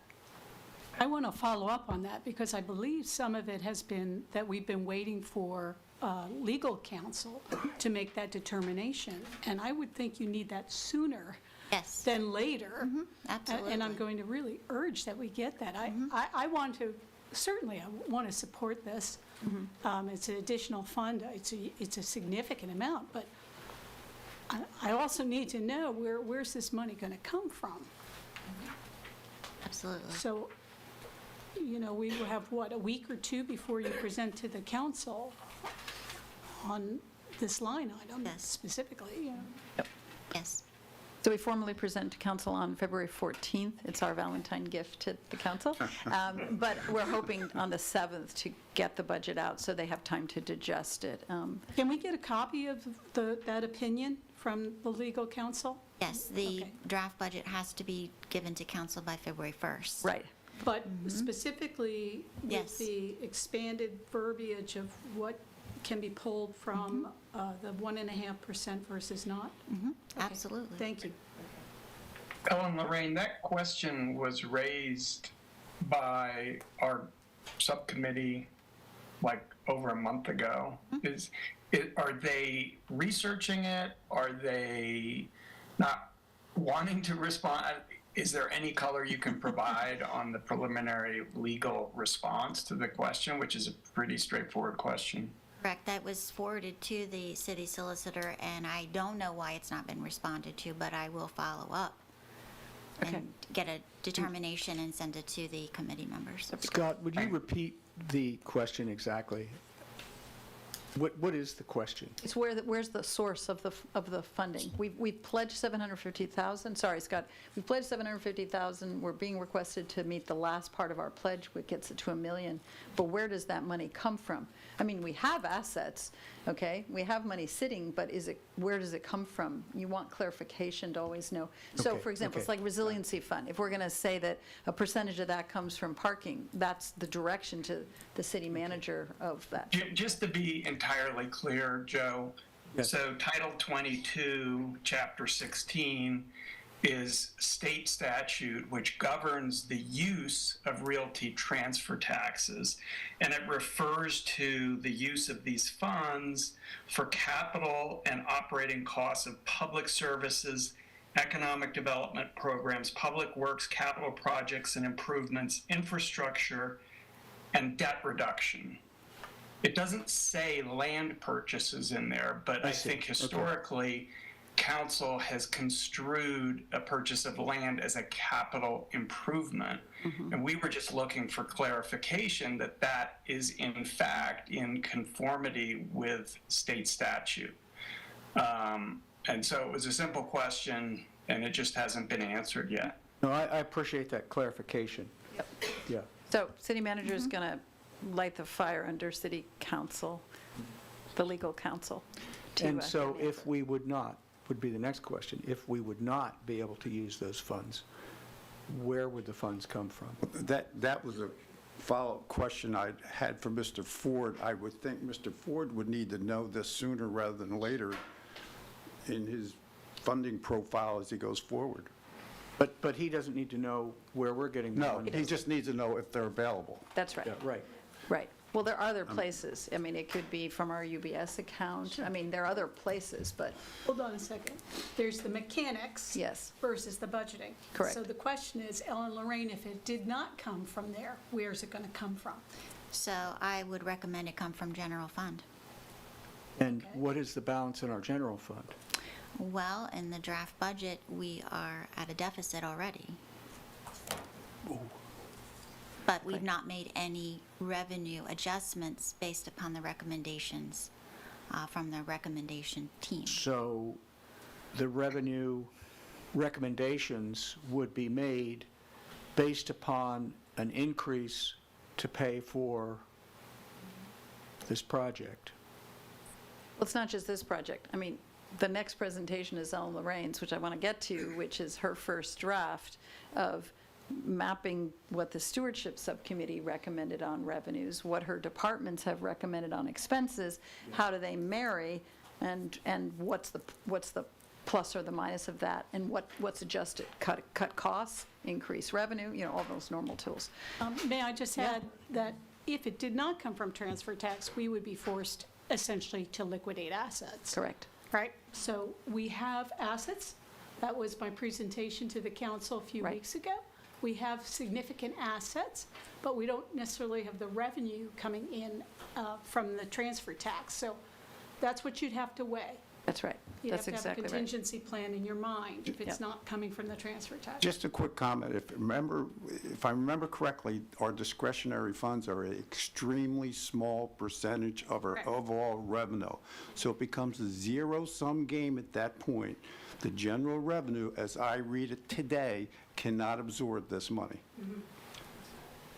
Well, I think I would look at it in a different direction, and this is from somebody that runs their home budget, so maybe more people can identify with that, which is, okay, if that specific money that we thought we might take it from turns out, and I agree, it looks like a capital project to me, turns out not to be within the statutory language, there are other ways we get money, and one of them that Scott and I talked about is raise your parking fees. And that would give you the tidy little sum of at least $250,000. Not fast enough. But remember, it's the 750 and the 250. Okay, so this issue is bigger. This is $1 million. It's $1 million to find the money. But I also want to put, too, though, that when we value what we have to pay for, I think that we sometimes might be losing sight about the difference in this, which is going to be a huge asset on the city's books, versus, so we put in our money and then we get we get an $8 million asset that sits on the city's books, which is helpful. So Okay. it's a little bit different than, buying a new garbage truck or hiring a new employee. That has something that yeah. helps and But strengthens. let me get us back to and I appreciate the conversation, but getting back to Mary Lou's point, are we going to commit the funds and then look at the mechanics of when? So the first thing we want to know is, does this committee want to recommend that we approve the last 250? Not the 750, that's already gone through council's pledge, so it's really only the 250. And then do we also want to say, where are you going to get that money from, right? I believe there's motion on the table right now, and that's to approve the 250,000. Correct. And I would like to make a friendly amendment. Yep. That's contingent upon us receiving a legal opinion from town council, from town solicitor, before enacting that, as to the clarification whether it comes into the transfer tax, if we're allowed to take it from the transfer tax. Okay, and so you have to accept a friendly amendment? May I ask a question? Sure. I'm totally confused. When the 750,000 was pledged by the city, at that point, from what I understand, the funds were going to come from the transfer tax. Is that true? Yes, that was the. Okay, that so was why are we having this discussion? If that was valid and approved by our legal counsel? No, it or wasn't whomever. approved by our legal counsel. That's What? the wrinkle. The wrinkle is the city council and the city manager said that that's what their intent was, but the subcommittee said, pause a second, do you really have the authority under that funding source? And so the friendly amendment is to say, double check and double check meaning legal counsel has to say, yes, you can use that source. For the 250 or for the whole? For the whole shebang. amount? For the whole shebang. thing. Yes. Okay, that yes. clarifies. No, I'm glad you I asked. was confused It about that. it is, so that question, so good for the Financial Stewardship Subcommittee to identify that, because that's a risk. If you all of a sudden take it out of a funding that someone in an auditor looks at and says, you can't do that. So we want that legal opinion in our files, one way or the other. We want clarification. So then Can I ask a question, please? Yes. If the funds are determined they cannot come from the transfer tax, then can the transfer tax be used for something else, and then these funds be taken from the general fund? Yes, that's exactly the job of the city manager, to look at that and say, my intent was here, council says no, so I'm going to look at other things that are under the scope, the legal scope, and I'll shift direction for that. Yeah. Well, then what's the purpose of designating that these funds need to come from the transfer tax? Say that again, Mike? What is the purpose of saying these funds will come from the transfer tax? Why can't we just say they'll come from the general fund?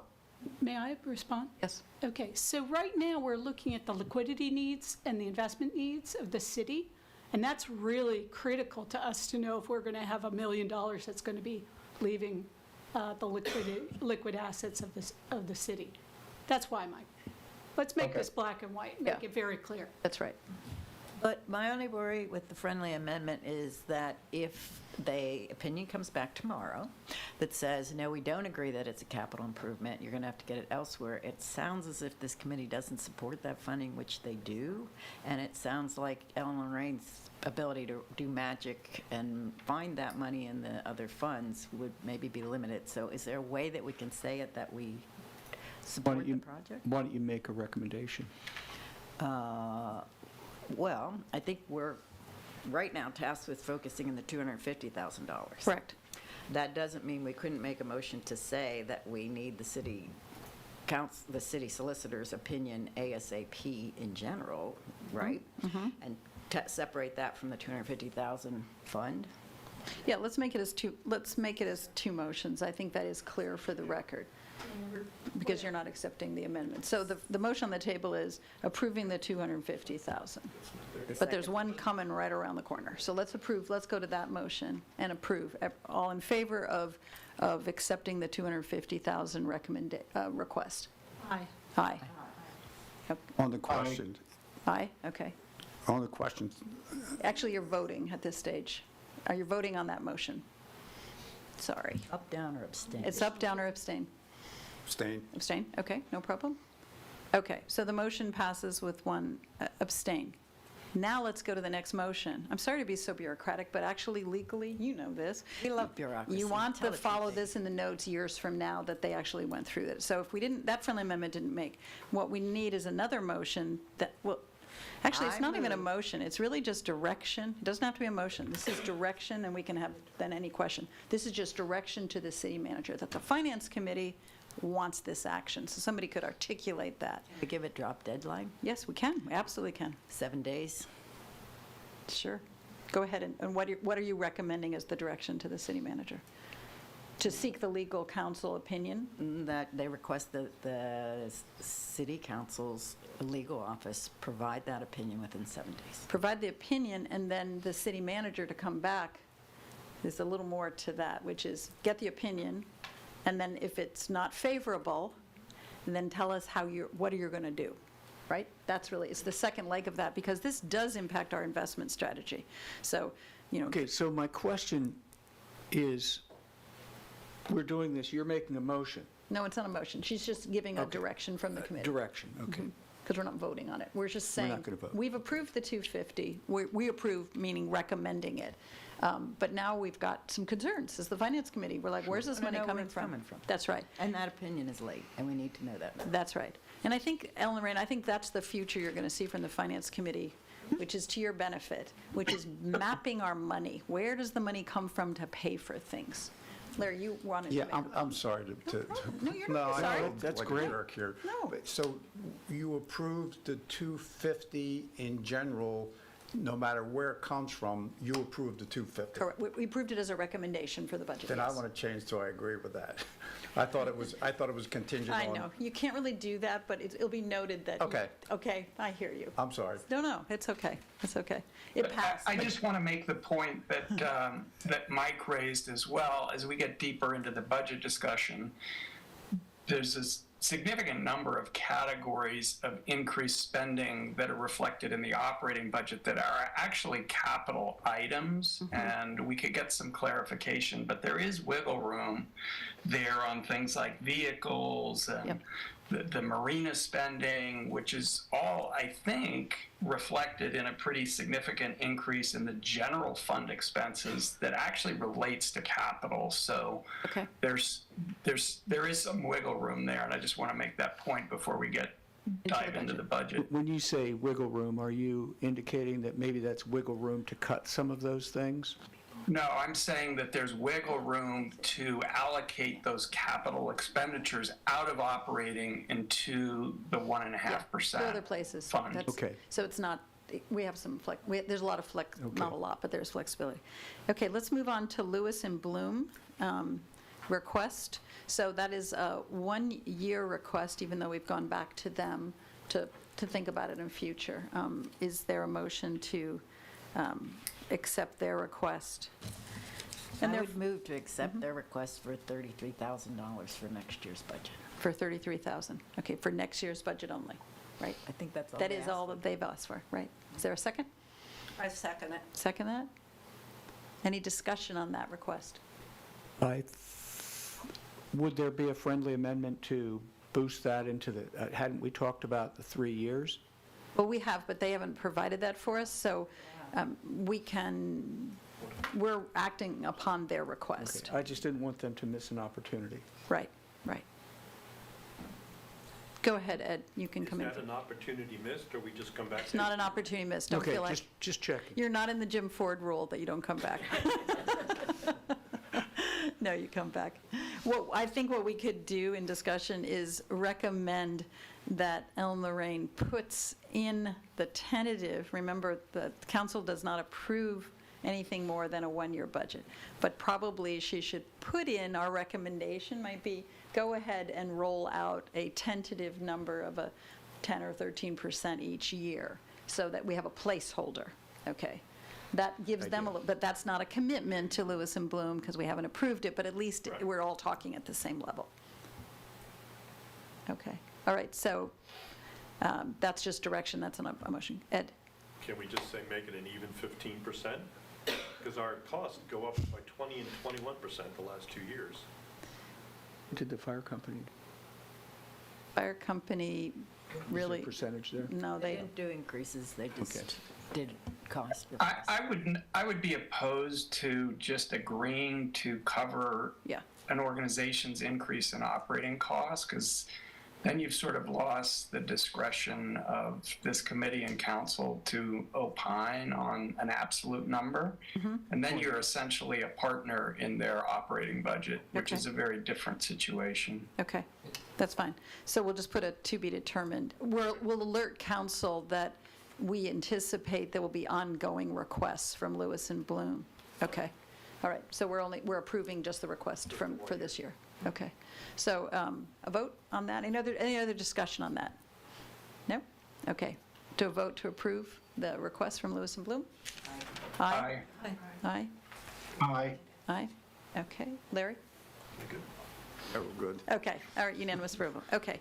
I want to close out the nonprofit conversation to say that I think in all distribution of funds, when that letter goes to an organization, we should pick up the language that our subcommittee had on a non-discriminatory workplace, and to make sure that as we, as good stewards of city funds, when we give out money, just like in the small and mid-sized grants, that it goes with a statement. And our attorney, Carrie's an attorney, and there's some language in our grant program, but our counsel could look at that, our solicitor. So that basically, anytime you are given money to an organization, that organization in accepting says that they are a non-discriminatory workplace. I'm not anticipating that that is an issue, but I'd just like to get ahead of that issue. And what does that mean? Does that mean you pull funds? Probably not legally, but in fact, it says to all of our nonprofits, this is an ethic and an ethos of city funds, and we want to make sure that you demonstrate that thoughtful workplace environment or volunteer place. And it could mean that there is future. It could impact future ramifications. That's right. Okay. Ellen Lorraine and Janet have been working literally around the clock. So thank you nonprofits, and feel free to leave, really. Welcome to stay, but feel free to leave. Ellen Lorraine and Janet have been working around the clock, and before they go through this, we have about 20 minutes. I have a question when they finish, which is, I'm not comfortable reviewing a budget that I haven't really seen, okay? I'm also uncomfortable, like I'm breaking my agreement with all of you that we won't have lots of meetings. So I want you to think about two thoughts. One is that we have a special meeting. This is very much what the Planning Commission does. Like when the topic is so large or you didn't get all the data in time, you have to call for a special meeting so that we have an opportunity to work again on the budget. Another alternative is actually to assign two of us, one more besides me, so we're following all FOIA rules, to work from our general recommendations to get to the final budget. So just think about that as you go through it. This is not your last shot. It can't possibly be your last shot when you're just seeing a budget for the first time. But there are ways that we can get there. Okay. So with that, I'm going to turn it over to Ellen, Lorraine, and Janet to present and discuss kind of the process and what you're looking at for a budget. So yes, I do apologize for the delay in getting this to you, but as was stated, we have been working right up until this very morning to get this draft budget for you and to you. This is a draft budget for fiscal years 26, 27, 28, 29, and 30.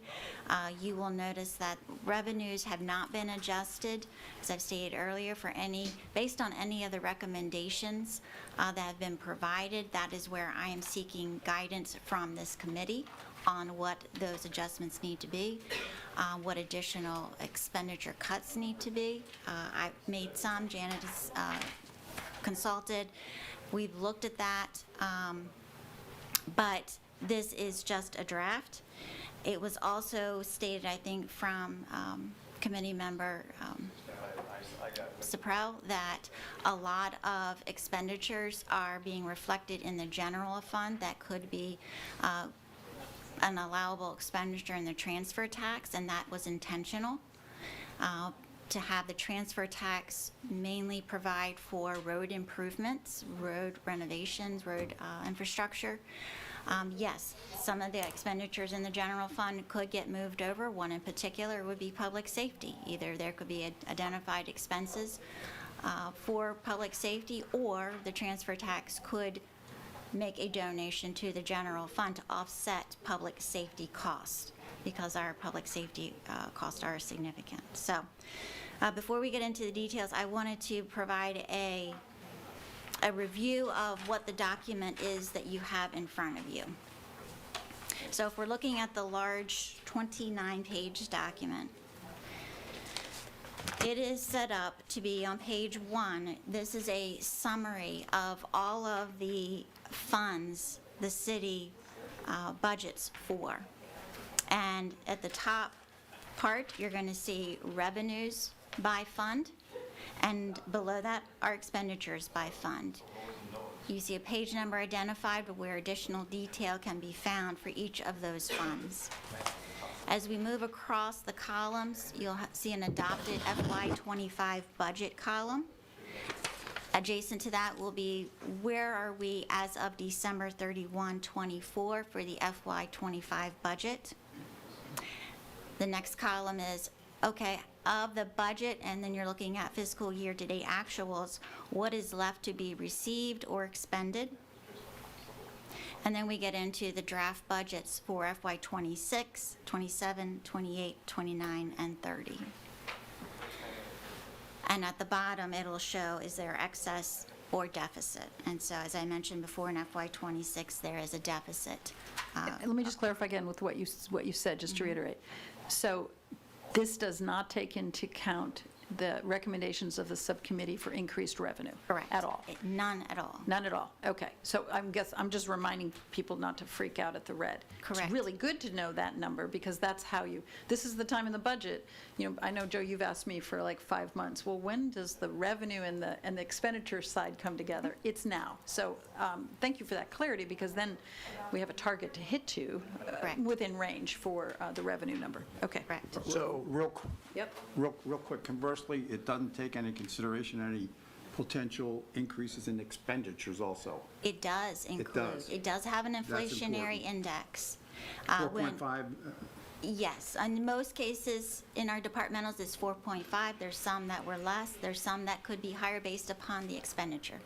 so expenditures take in consideration the extra cost, the revenues does not take in consideration the extra revenue. Correct. Got it. And Thank on the you. expenditures, is Charlie's proposal for the 5-year of roads in here or not? It is. It is in here? It is. It is Okay. under transfer tax. Okay, because that's when you really look at budget, that's the biggest line item. Yes. So I'm glad, because that Yes. number then would get As be much larger. well as the other projects he identified on his CIP that relate to Canal Front Park improvements. Terrific. Okay, so all the City things that the subcommittee heard related to capital outlays Yes. and increases of staff and all, you might have made some minor changes, but Yes. mostly that's in here for us to see the impact of the requests from the departments. Correct. Okay. So just for clarification, the column you're talking about that will show the total deficit in this budget moving forward is which column?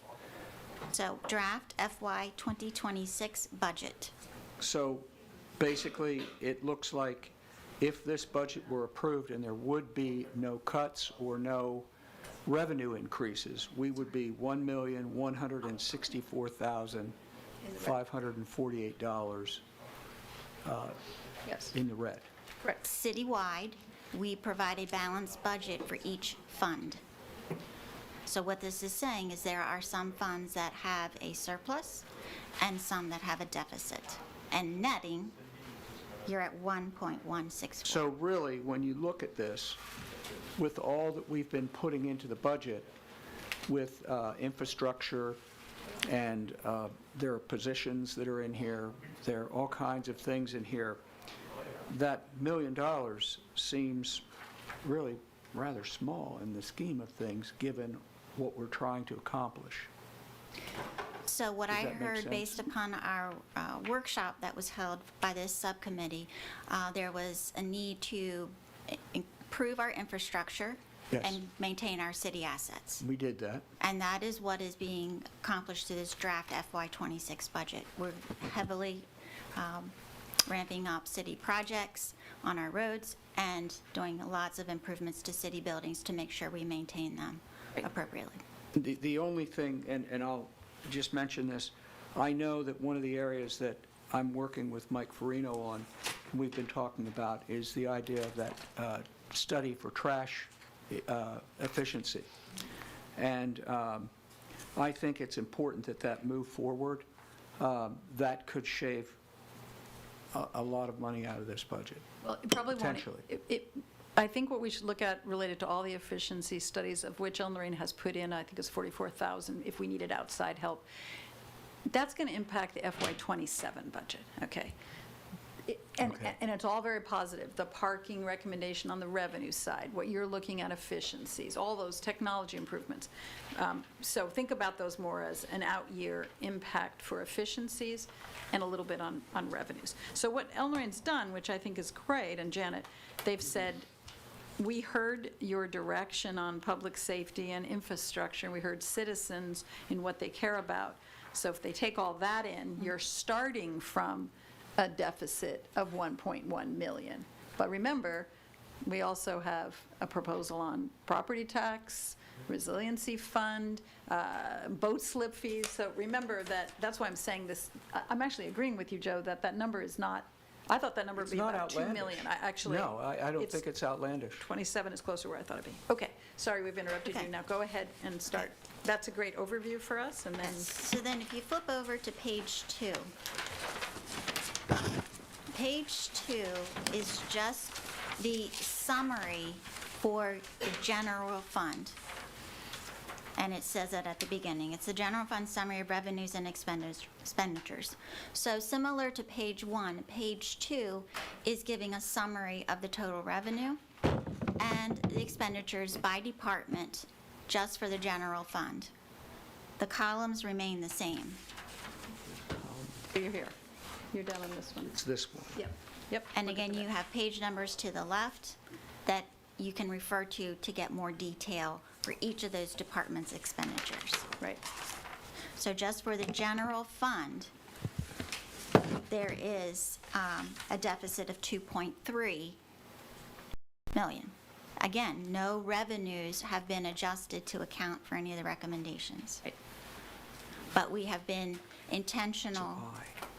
including the, You're only looking at one fund. yes, You're only looking at the general fund. this is where 98% of the city's expenditures come from because it is a operating fund. And remember, funds can borrow, with rules, they can borrow from one Yes, another. they Okay. can. But the revenues that we are looking at would Impact the general we would be fund. looking at the number on page 1 to try and bring in another So million. any revenue recommendations that have been shared will impact the general fund revenue lines. So So- any type of change to our building permit fee, it will impact the general fund. Okay, so we're going to need to come up with how much in increased revenue 2.3. to, If the expenditures as outlined in this draft budget stay in the current format. Right. Now, we can move expenditures forward, we can defer them, but it's been intentional to include all improvements to city buildings in the general fund. And any equipment, any vehicles, they're in the general fund. At the bottom of page 2, you're going to see a listing of cash accounts, checking accounts, and the balances that can be used. They are, they're not obligated for other purposes. These are the balances of those checking accounts as of December 31, 24. Can I ask a quick question? Are you budgeting interest on these checking accounts? That is where I need to have the assistance of the Finance Committee to provide the appropriate budget figure for that. We've taken what is budgeted for '25, so if we anticipate additional interest revenue coming in, then we would need to include that. What line item do you have budgeted for in '25? What's the line item number? So if we go So to- Tina and I will look at that. Page.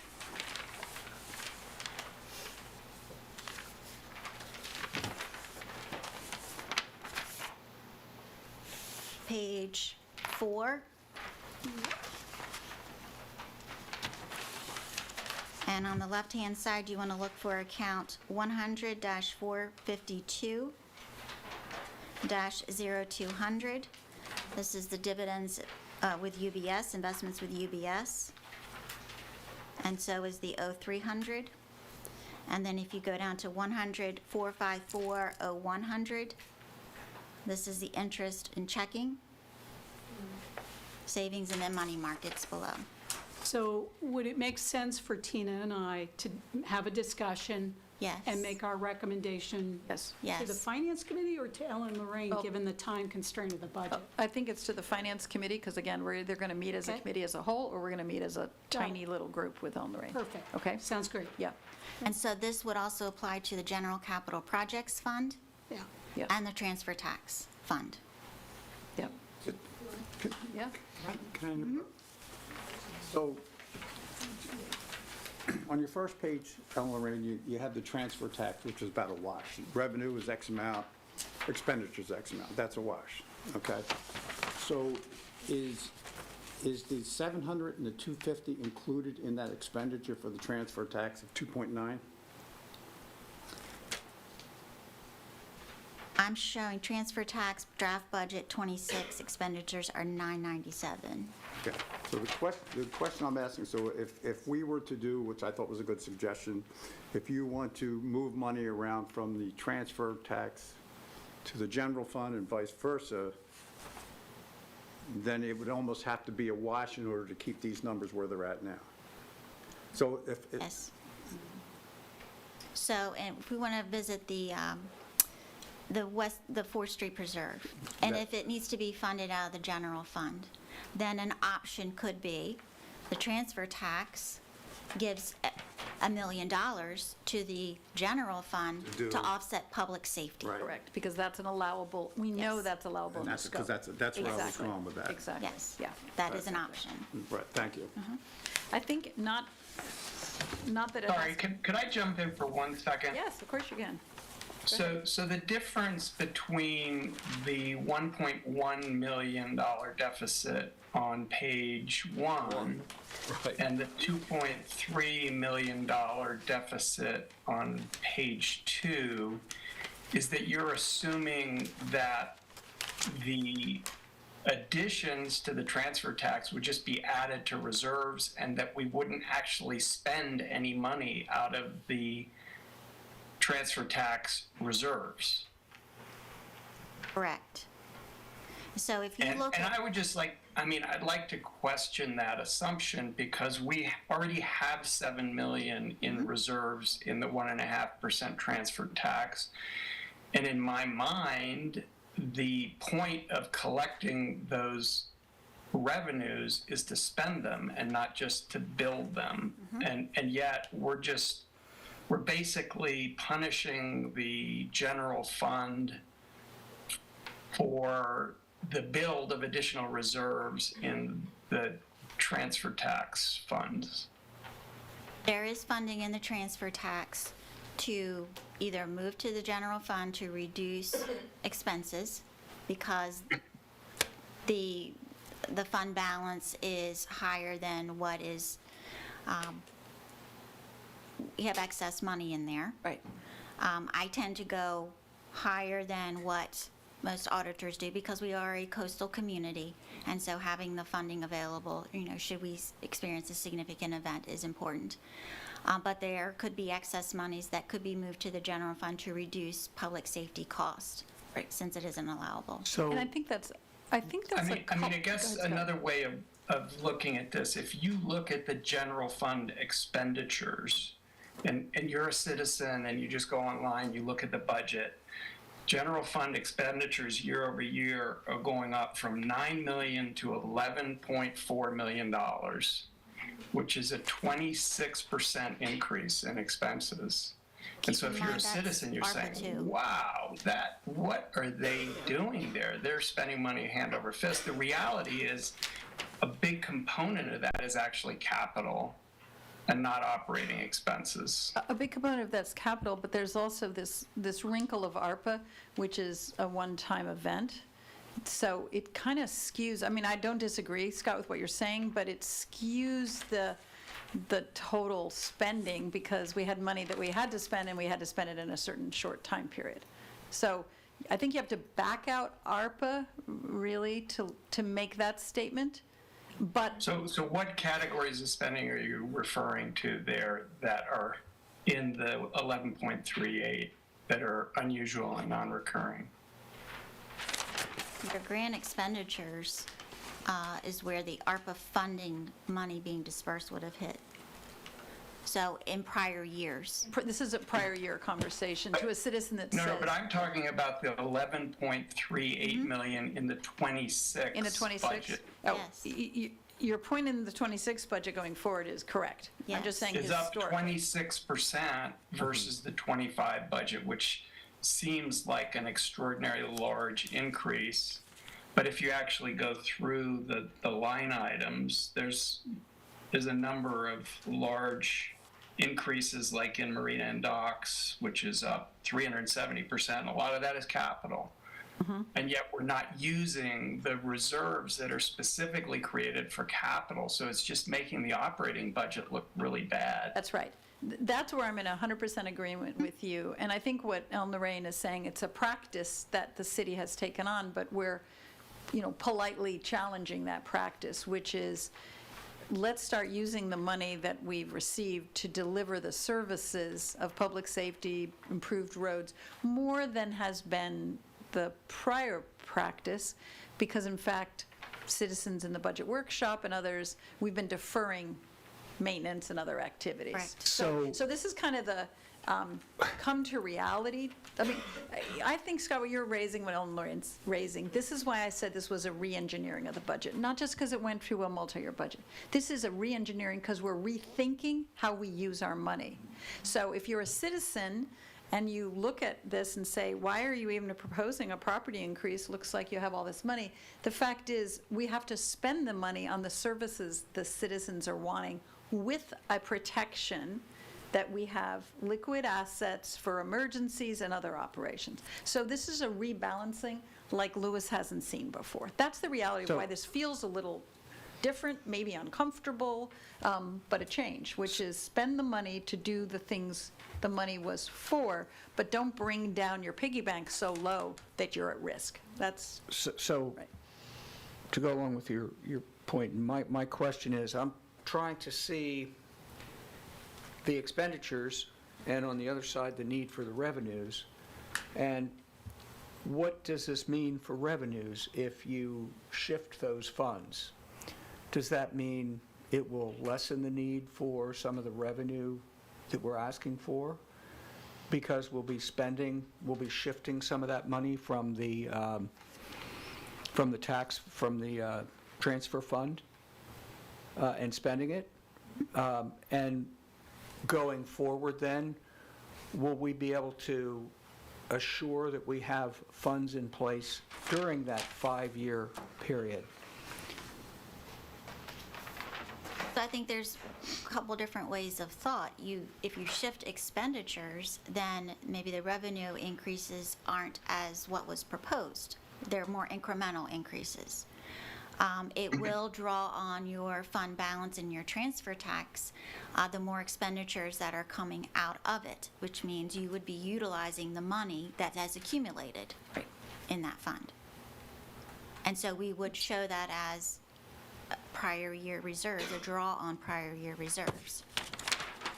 Just one precautionary note, please correct me if I'm wrong, the transfer funds are like at an all-time high now. They are. So I wouldn't, that need to dip into the, you know where I'm going. So just to be cautious with that. Well, the transfer funds are not going to, one would assume, they're not going to escalate like they have in the last couple of years. However, they're not going to go down to the level they were a few years ago. It's the increase, the escalation that's going to change. So I think we could feel confident, not at the 2 million plus to spend all that money, but maybe it's 1.5 or 1.6, which I think is your point is, let's be cautionary that that period may have ended at that dramatic increase, but the honeymoon period's over. But that's my point. The honeymoon, but it's not that we're going to see only $800,000, because it's not going to drop like at that level. So, and Right. you explained it much clearer than I did, but that's my exact point.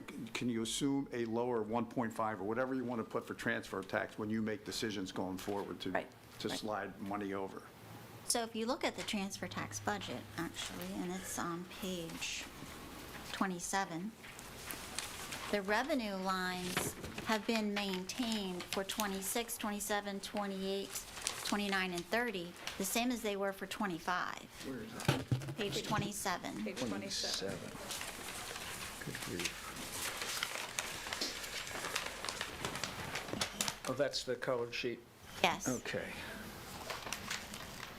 So if you look at the top, account numbers 460, 402, 0000, and then the one below it, 0001, those are the transfer tax budgets. So when you add those together, $2,050,000 is what's budgeted for FY25. You can see actual at the end of December is significantly more. So Larry, what you're asking, she's actually factored in. If you look at the top of the page on Right. 27, Right. it's basically saying, we're going to sit at around 1.7. We recognize it was almost $1 million more, but we're not going to budget assuming that 2.6.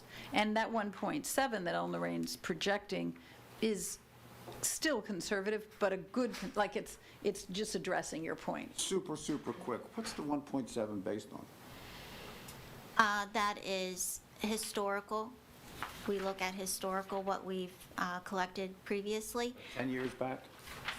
I would say the last 3, 4, 5 years. And again, I typically budget less than what we have historically collected because I would rather go under than be above. I had a question. We just satisfied a bond, right? It just was paid off. Yes.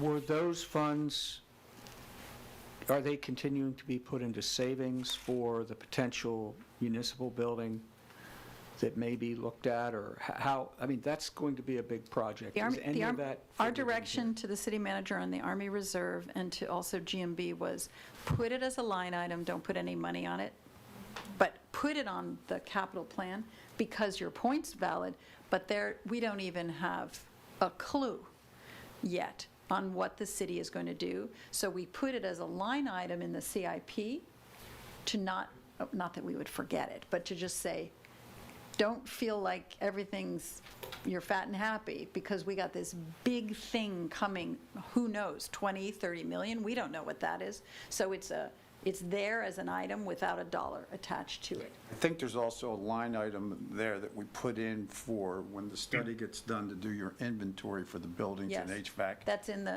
the CIP. So, But that's in the general fund. that's in the general fund. Long-term Right. reserve study. Yes. So Yes. actually, if we would have let's say it takes us 2 years to do the study on that building, it might take 2 or 3 years, who knows? In the future, then, there could be some pretty major adjustments to this, the forecasts. I mean, the Finance Committee, maybe not at this stage, but in next year's budget, or in an amendment to a budget, could direct the city manager, why don't you look at that transfer tax, take reality and planning, and I'm very pleased that this should be conservative, because this is a huge source of funding. Let's say the delta's $500,000, just a number, that delta goes in reserve for the Army Reserve project. In other words, let's start putting some money away. And it's kind of an investment strategy piece too. We know it's going to happen. We don't know exactly what that animal looks like, so we don't know the cost, but we know it's going to happen. So you're right, the last payment that we made on the 2nd Street capital budget was about $850,000 was our last staunch. So you could even say, well, city, you coped with $850 a year. Why don't you start tucking that money aside for Army Reserve? Well, I was kind of thinking in that direction. I thought we had talked about that at one point. Now, that total project was originally how much? The total bond issuance was 19 million. 19 million. 19, and we're probably, with a building like that, looking at least 30. So you're probably talking about $1 million needing to be put aside. At least. So I would think that would be a good form of planning as soon as possible, even though we don't have figures. And then it would still leave a rainy day fund if the project wouldn't go forward. True, absolutely. I That was think a that little would be a really proactive way to do that. That was a little bit the rationale as to why we just put in street improvement projects in the transfer tax, to create that potential, so that there could be a reserve for any bond issuance Okay. going forward. And the other area that I noticed when I was looking through the sheets is, it seems like the park service is going to need, our parks are going to need a lot of repair over the next few years. And that's all figured in? How about if I kind of go through and give you Yes. a little summary of what's in here? Yeah, we need Yeah, to I'm stop sorry. asking you questions, and I started that, That's so I okay. apologize. We need, because now I think we understand what you've done, and you have to leave. I'm going to try and get through. You're going to try to get through this part of it, and then well, let me stop for a second. What do you want to do as a committee? Do you want to have a special meeting? Because we have so many I move that we questions. do both. I move that we have a special meeting so we can actually digest what's here. Okay, And then I move that the second thing is, after we make our recommendations, we empower somebody to keep working with Ellen Lorraine. okay. So it would Okay. be both of Amy's suggestions. And a special meeting has to But be in advertised, and so the special meeting cannot occur before a week from today, because we have to publicly notify. Sooner the better. Well, the sooner the better has to be 7 days. I mean, 7 days. So we could have a Does meeting. that mean next Tuesday, or does that mean next Wednesday? Do we meet the Gazette's deadline? Hi, Bill. Do we meet the deadline with the Gazette if we set up a special meeting today? So typically, we don't put it in the Gazette. We publish it on our website, and we publish it out here, the agenda. Okay. And so as long as we have it published today, then we Okay. meet the 7-day guideline. You don't have to do it on a legal paper? Wow, that's Not interesting. for a meeting of a committee. Okay, all right, so that would, just looking at the calendar on the 28th,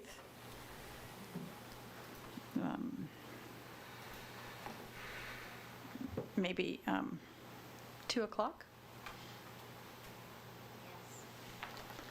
Okay, and then, Can I request that it be earlier, please? yes, our city manager has a department manager meeting at 1, and then do you have to go to the seasonal, the Delmarva? No, I'm not going to. You're not going to do that? Okay. So how early could you have, well, how early, and then are you guys, do I have online West Coast and very far away east? Where are you guys? You're in, So Scott, don't Yes. forget, Well, if there's it's a 1 2-hour o'clock time here, difference it's 2 hours for both ahead of for you. I think it's Mike's the other direction. Oh. It's Mike who's, No, we're both. We're both in the mountains. you're both in the mountains. Okay. Wednesday is a much better day for me or I could do it, earlier, like on the same time schedule. Okay. Like, how early can we do it? Okay, so let's look at 2 options. So if we did it on the 28th, could we do it at 10 in the morning? So Tuesday at 10 in the morning, Eastern Standard Time? That works for me. Good for me, too. How about anybody else in virtual? Okay, and you're gone. Tina, you're way out of the So country. that's 10 a.m. I've got Yeah, I a don't know. conflict. You'd be, I don't know. What was the date on that? That would be Tuesday, January 28th at 10 a.m. I've got a conflict, but I can probably work You around it. could work around it? Okay, all right. So let's schedule that, okay? So that way we have a little bit of time, public has time to come in, we have time to digest. Ellen, Lorraine, as people have questions, I don't want to bombard you, but if they have questions, they might get some things resolved. So how do you want to handle that? So I can go over what is in it, or I can send an email to the committee. No, I want you to go in, I'm just saying, as we digest. Okay. What I don't want you to have is 9 of us asking you questions. Well, were we appointing 2 from the committee? I think that's what we should do. So we're going to meet as a group. Okay. And so for the committee, following FOIA rules, I very much, as chair, want to be part of how do we get to the finish line. And so it's who else would like to be part of that with me. You can be virtually or present to do that. But I would love to have somebody else. So that person is working with me, with the city managers, to take our recommendations on the 28th. She then factors those in. We're on a very tight clock because what do you do when the first is on a Saturday? Do you have to treat it as a Friday? So it has to go to city council and draft on that Friday. 11:59. 11:59, exactly. So we would have to meet the 29th or well, preferably, we'd have to meet the 29th. So does anybody else want to do that with me? And if you don't, I'd be it's fine. happy to do it. Okay, Scott, okay. Right. All right, so Scott and I will work with your calendar, Scott, and mine, and then we'll take it to the finish line to get it to the city council. Terrific. Okay, with that said, we're not But interrupting. just to clarify, Yep. what are you and I actually doing that the rest of the committee is not doing? We're gonna make- Because I do think Yep. the whole committee probably has thoughts and opinions on a lot of these questions. Yep. So the committee each of you should list your questions, thoughts, recommendations, okay? And that's the purpose of the meeting on the 28th. And if you can get those written down, you can send them. Remember, under FOIA, you can notify, you cannot engage in conversation, okay? So if, Scott, you have like 6 questions, you can send it out to all of us, but nobody replies. That's when you violate FOIA because that's the serial meeting. So anybody has questions, list them, then Ellen Lorraine can look at all of those, we'll group them. I mean, I'm going to help you before the meeting on the 28th. And then we as a committee on the 28th will go through those blocks. Well, what does this mean? What if we modeled this? What if we increase property tax rather than the 20% at 17%? That's what we'll do in that. That committee meeting is going to be very much a working meeting. Then, Scott, what you and I do is Ellen Lorraine factors in the recommendations of the Finance Committee, and then you and I tweak it. So let's say we wanted X on the revenues, like, yes, we want to do this and this, or we want to delay a personnel position to 2 years. Then Ellen Lorraine meets back with us and says, well, wait a minute, if we just increased this, we could get that position. So we'll do those fine tuning, but we're not going to do anything that feels like an overhaul of the Finance Committee's recommendations. It's just that I don't want to leave our city manager out there without support from the Finance Committee to get to the end. Appreciate it. Okay, so that's how you and I are going to, and then Scott, I'm going to rely on you for all your analytical calculus to be able to say, wait, I just found how we could, change, we could get to the goal, but where we could get that money from. So we have a right So of I have actions. I have a lot of ideas about that. Are you saying we should feel free to share Yes. our preliminary thoughts Yes. in an email to the whole group so Yes. that we can talk about it next week? 100%. So what I'm saying is, everybody with ideas, suggestions, anything you want, send it out to all of us, including Ellen Lorraine and Janet, okay? Do not reply in the conversation. That's the FOIA violation, okay? If you just want to say, hey, I want us to consider blank, blank, blank, that's fine. That's just data. FOIA doesn't limit us from having data. They limit us from negotiating outside the public domain. Okay, so just Thank you. don't reply all, any of you. Okay, now, Ellen Lorraine can reply to you directly. So Scott, let's say you have 6 things you want to say, or Larry, or Carrie. Ellen Lorraine can say, no, you can't legally do that, or okay, I'll factor that in, okay? So she can communicate with us one-on-one. We just can't deliberate as a group. I had a question. The reports that we got, there's a lot of information in there.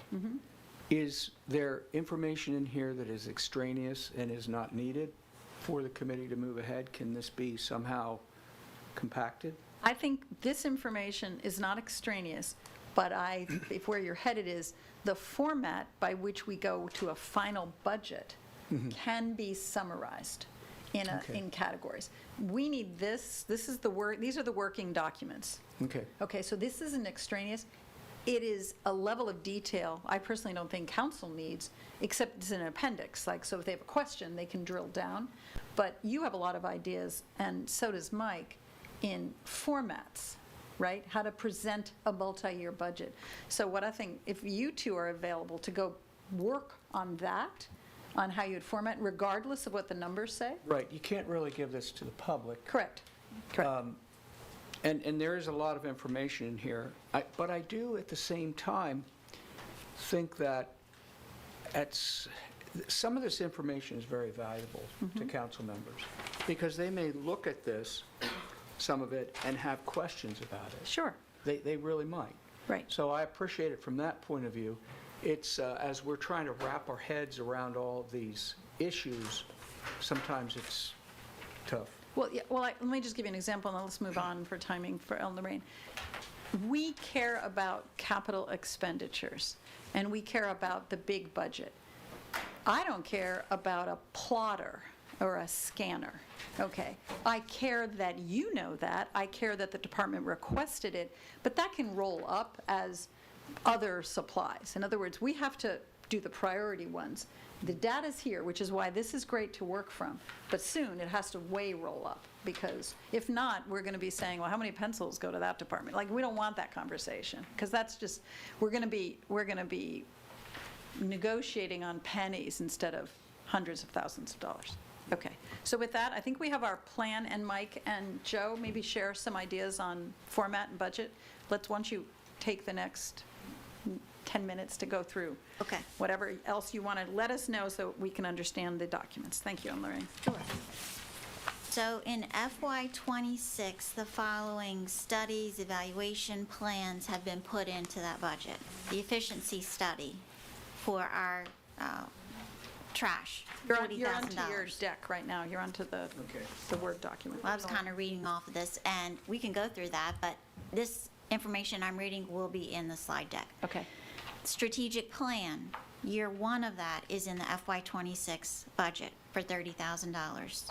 Year two is in FY27. Evaluating our financial software, there's no dollar to that. That'll be an internal evaluation, but it's considered in FY26. Year one of a 3-year comp plan rewrite is in FY26. Second year's in FY27, which is where the bulk of the money will be spent, is in 27, and then finishing up in FY28. The long-term capital reserve study, this is where they'll evaluate all of the city buildings, making sure they're ADA compliant, and identifying any improvements that need to be done. That's being budgeted in 26. A placeholder of $25,000 is in there. We've also included consulting for a public relations communications person, a grant manager, and then an engineer, not to replace the services that we currently get from GMB. This would be to enhance and work with council to understand more of the technical terms of that. So those are consultants in the 26 budget. And sorry, the finance director, did you mention that? Sorry. So the finance director, we have looked at that. We think we can accommodate with internal staff until we get to FY27. And when we get to FY27, that's where we're proposing a second assistant city manager. That would be finance background. That would work with the staff taking over in FY26, the responsibilities identified by the team. And we may not be in agreement on that one. I hate to interrupt, but I can't follow this because I don't know what page you're on. Yeah. So those were, I just reviewed the studies. She was and just doing an overview on the studies, but I think if you go to the, Okay. I don't know, because this has a lot of Is it the details. publisher presentation? Say that again? I have a publisher presentation. I just need to know what page that Ellen She's actually Lorraine is not on that. Ellen Lorraine's just giving us a general, Yes. before she's going to go into that.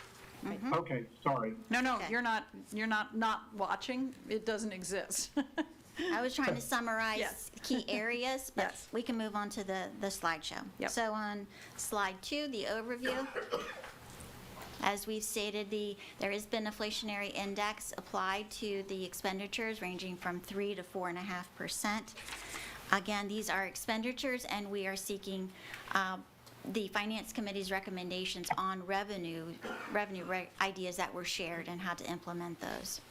And this is based on the information that both Jan and I have envisioned for the operations of the city, and then the committees and commissions' visions as well. We reviewed the format of the spreadsheet.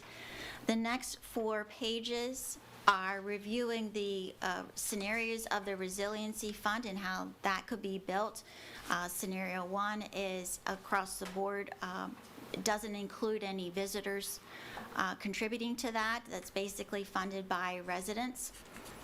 The seed money would begin from the Chesapeake Utilities Fund that currently has a balance of $300,000, and each parcel would pay $100. So what I'd just like to interrupt you just to save some time.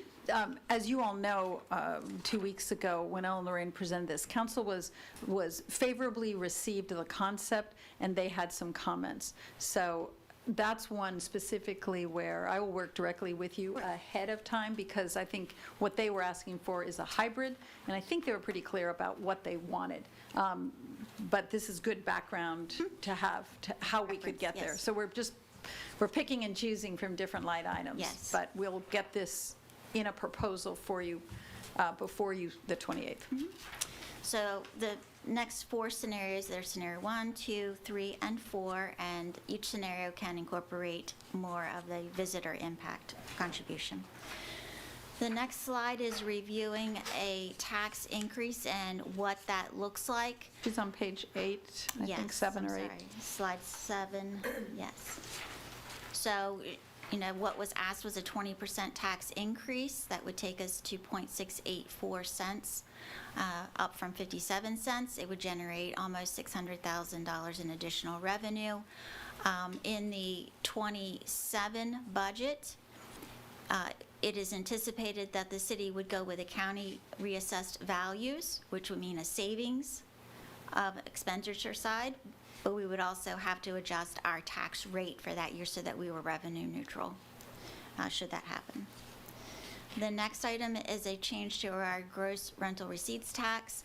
Currently, the city charges 5% for short and long-term. The recommendation is to bump up short-term to 5.5%. Beginning calendar year '26, which means the city would not receive funds until FY27, and the additional revenue would be almost $59,000. The city's rate of 5.5 plus the state's rate that they just implemented of 4.5 would mean all short-term rentals would pay 10% combined. Along with that would be a proposed lodging tax. Currently, the city charges 0%. The recommendation is to assess a 2% tax. Again, beginning calendar year '26, city would start collecting in FY27. This would generate approximately $108,000. When you include the state's rate of 8 and the city's recommended rate of 2, proposed rate of 2, again, this is 10%, which is in agreement with the short-term rental combined rate as well. Building permits, we're at 1.5%. The recommendation is to go to 3, which would be a doubling. Could generate $829,000 when you're just looking at what we collected from April of '24 through September 30th of '24. So those are the revenues, and now we can get into expenditure-wise. So let's hold for a second for time. So what I think we could do is, and Scott, if you're available, we can schedule that.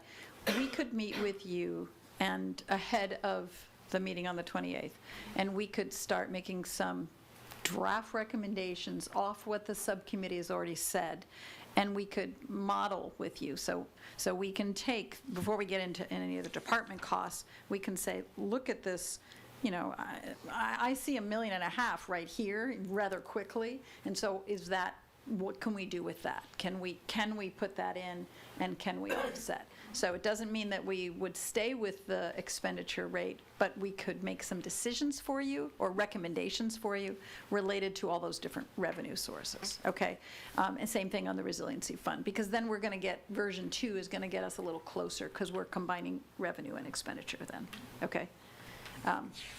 And so my recommendation is we don't go through every department just because of timing, because everybody is, we're a half hour over, but you have the information here. Have you two taken the department requests and monetized them, or have you monetized them and then also made adjustments? Or in here, are there more adjustments for us to make or recommend to you? Like, for example, would be a personnel position to move it out, or a marina a capital expenditure to move it out a year because we don't have the funding. So we've evaluated those expenditures and we've adjusted accordingly. We have shifted some requests for personnel out. We have reduced some personnel requests. Maybe if a department wanted 2, maybe we fund 1. Yep. And we do it over. That's what I thought. multiple You've already periods. taken your Yes, first we lens have. at this. Okay, great. Okay. So is there anything else you want to share? Is there a bottom line number on how much the revenue sources that have been proposed would bring in if they were adopted? Every single one of them at the high level of what they've Yeah, recommended? it'd be helpful to kind of have all that on one sheet. I know we did have some other sheets, but we know now that we're going to have about $1 million. Well, you can add up from her slides. I mean, you know, it's Could yes. this all be put into one sheet that would have So columns? to that kinda show point, us? Joe, I think it would be helpful for the committee if we could have 2 sheets for Yes. the next discussion, one of which is the increase in budget expenses from 9 to 11.4 million, just Yes. summarize where that money is being spent. Yes. And then similarly on the revenue side, what are the revenue levers by category so that we kind of have the expenses and revenues that we're We'll do that. playing with? I think that would be really helpful. Yeah. And it'd be just like a 2-page. No, absolutely. We can work on that. I mean, it's here, you just have to add it in one place. It's all Yes. here. I'm just saying. No, I'm with I you. have a It's need hard for- to digest, to be you able know. to focus. As hard that they've worked, it's hard now for us to look at everything and It is. comment. So yes, we'll do more summary, we'll do some summary documents. Okay. Just one other thing I wanted to point out, and as an example, so on page 7.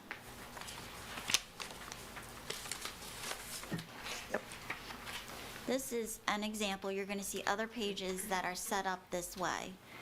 But to give you an explanation on how you can read this. So on page 7, if you look at the top 2/3 of the page, those are individual line expenditure items. And then you come to total maintenance department. So adopted FY25 budget for maintenance department, 1.453.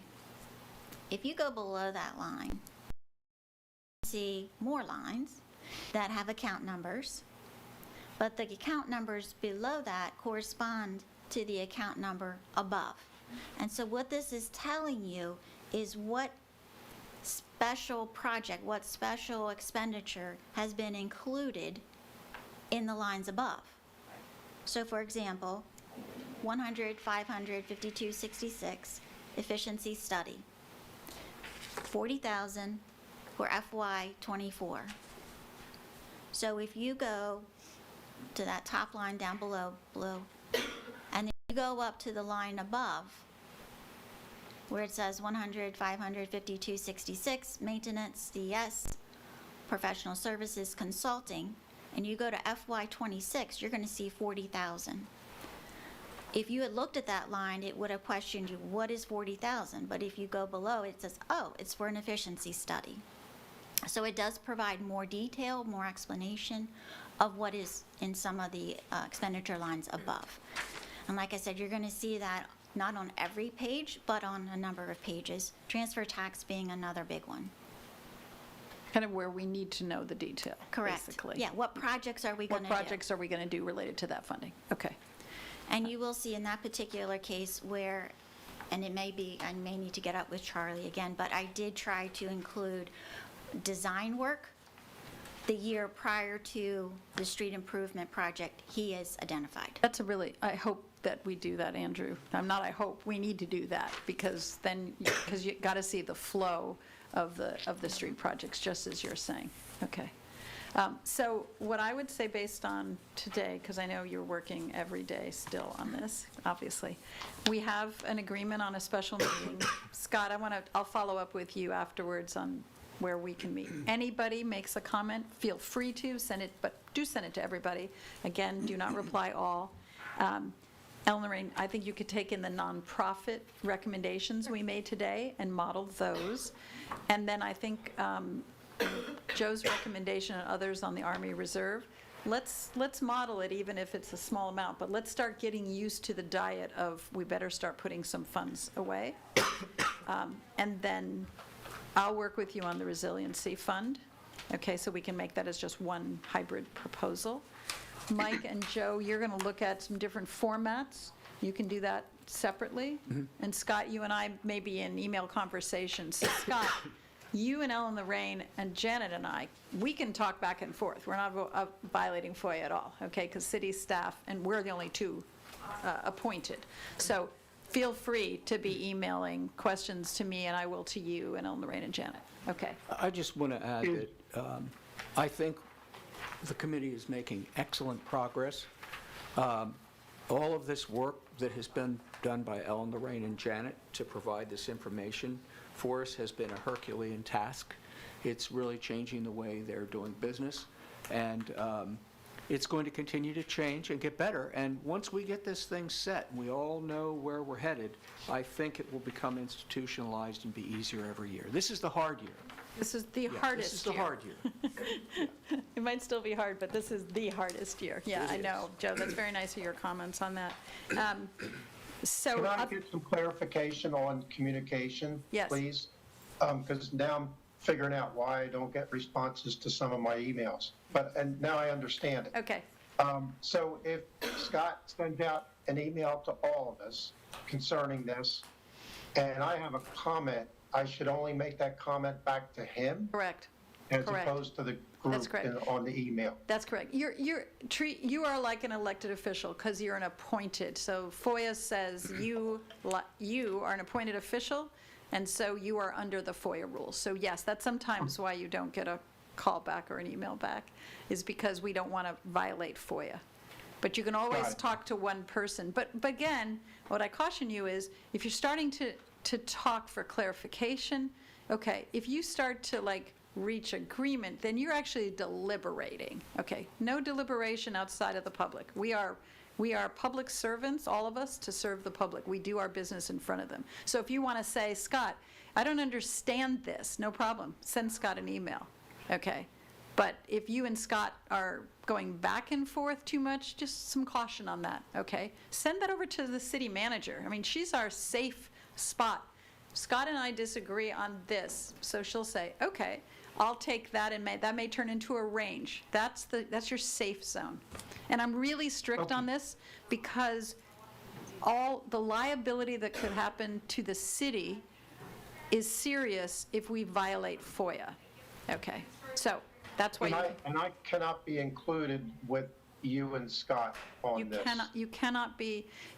Tina and Mary Lou have the same issue. Now, if you and Scott, and this is true for anybody, if any subcommittee in any task of two, on any time that we are on the Finance Committee, feel like, I need a meeting, I can't do this under email, Scott and Mike and Amy and Joe want to meet, we can call a special meeting of even that work group. The whole Finance Committee doesn't have to come.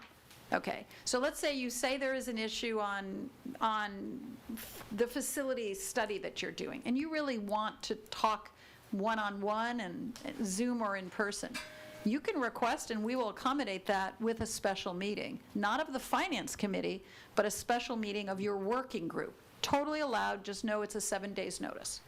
Because sometimes it just doesn't work, right? I mean, you want to be able to hear other people's comments, so FOIA accommodates that. It just doesn't accommodate it by email. So Scott, I will be in touch with you. We'll be able to With Mike. call, or Mike, sorry, Mike. We can call each other. We can email things back and forth if one of us needs additional information, as we're trying to make these reports a little simpler, a different version of it for that. We can ask for more information. You can work, just like you guys worked, Yeah. like you and Kara. You can work as, just, it's the magic number of 3. As soon as there's the third, you have to have a public notice. Okay. Magic? It's the magic of, well, you plant 3, religiously it's 3. 3 is a magic number. It's just a number you gotta, when 3 or more of us gather, you're in violation of FOIA. Right. So let's just follow the rules. It protects everybody in the city. Okay, a lot of the items that were on our agenda, they are, except for the parking, they're not necessarily time critical. So we'll move those to the next regularly scheduled finance meeting. That does not mean, however, that like the refuse and recycling, that you and Mike don't meet and with Ellen Lorraine. So feel free on any of these We need topics to to start keep working on working that forward. project. It's just that we as a body will Yeah. move it to that agenda. Okay. Good work, everybody. And really, Ellen Lorraine and Janet, Wait a minute, I don't think we can close yet. Did we ever vote on the special meeting? I don't think, I moved that we have a special meeting next Tuesday at 10 o'clock. Okay. Doesn't need a vote for a meeting. No? Doesn't meet it? Okay. Think about votes as decision-making that's policy, mostly. Like, honestly, do we really need a vote to adjourn? Yes. But do you need a second? No. But we always do in Lewes. We always have a second. Because what I'd like to know is whoever opposes adjourning. So anyway, I will call for a motion to adjourn this LFC meeting. So a motion to adjourn? Motion to adjourn. Carrie, second. Tina, second. Thank you. Safe travels, Tina. Okay, thanks everybody for accommodating, and Ellen Lorraine and Janet for your continued heroic work.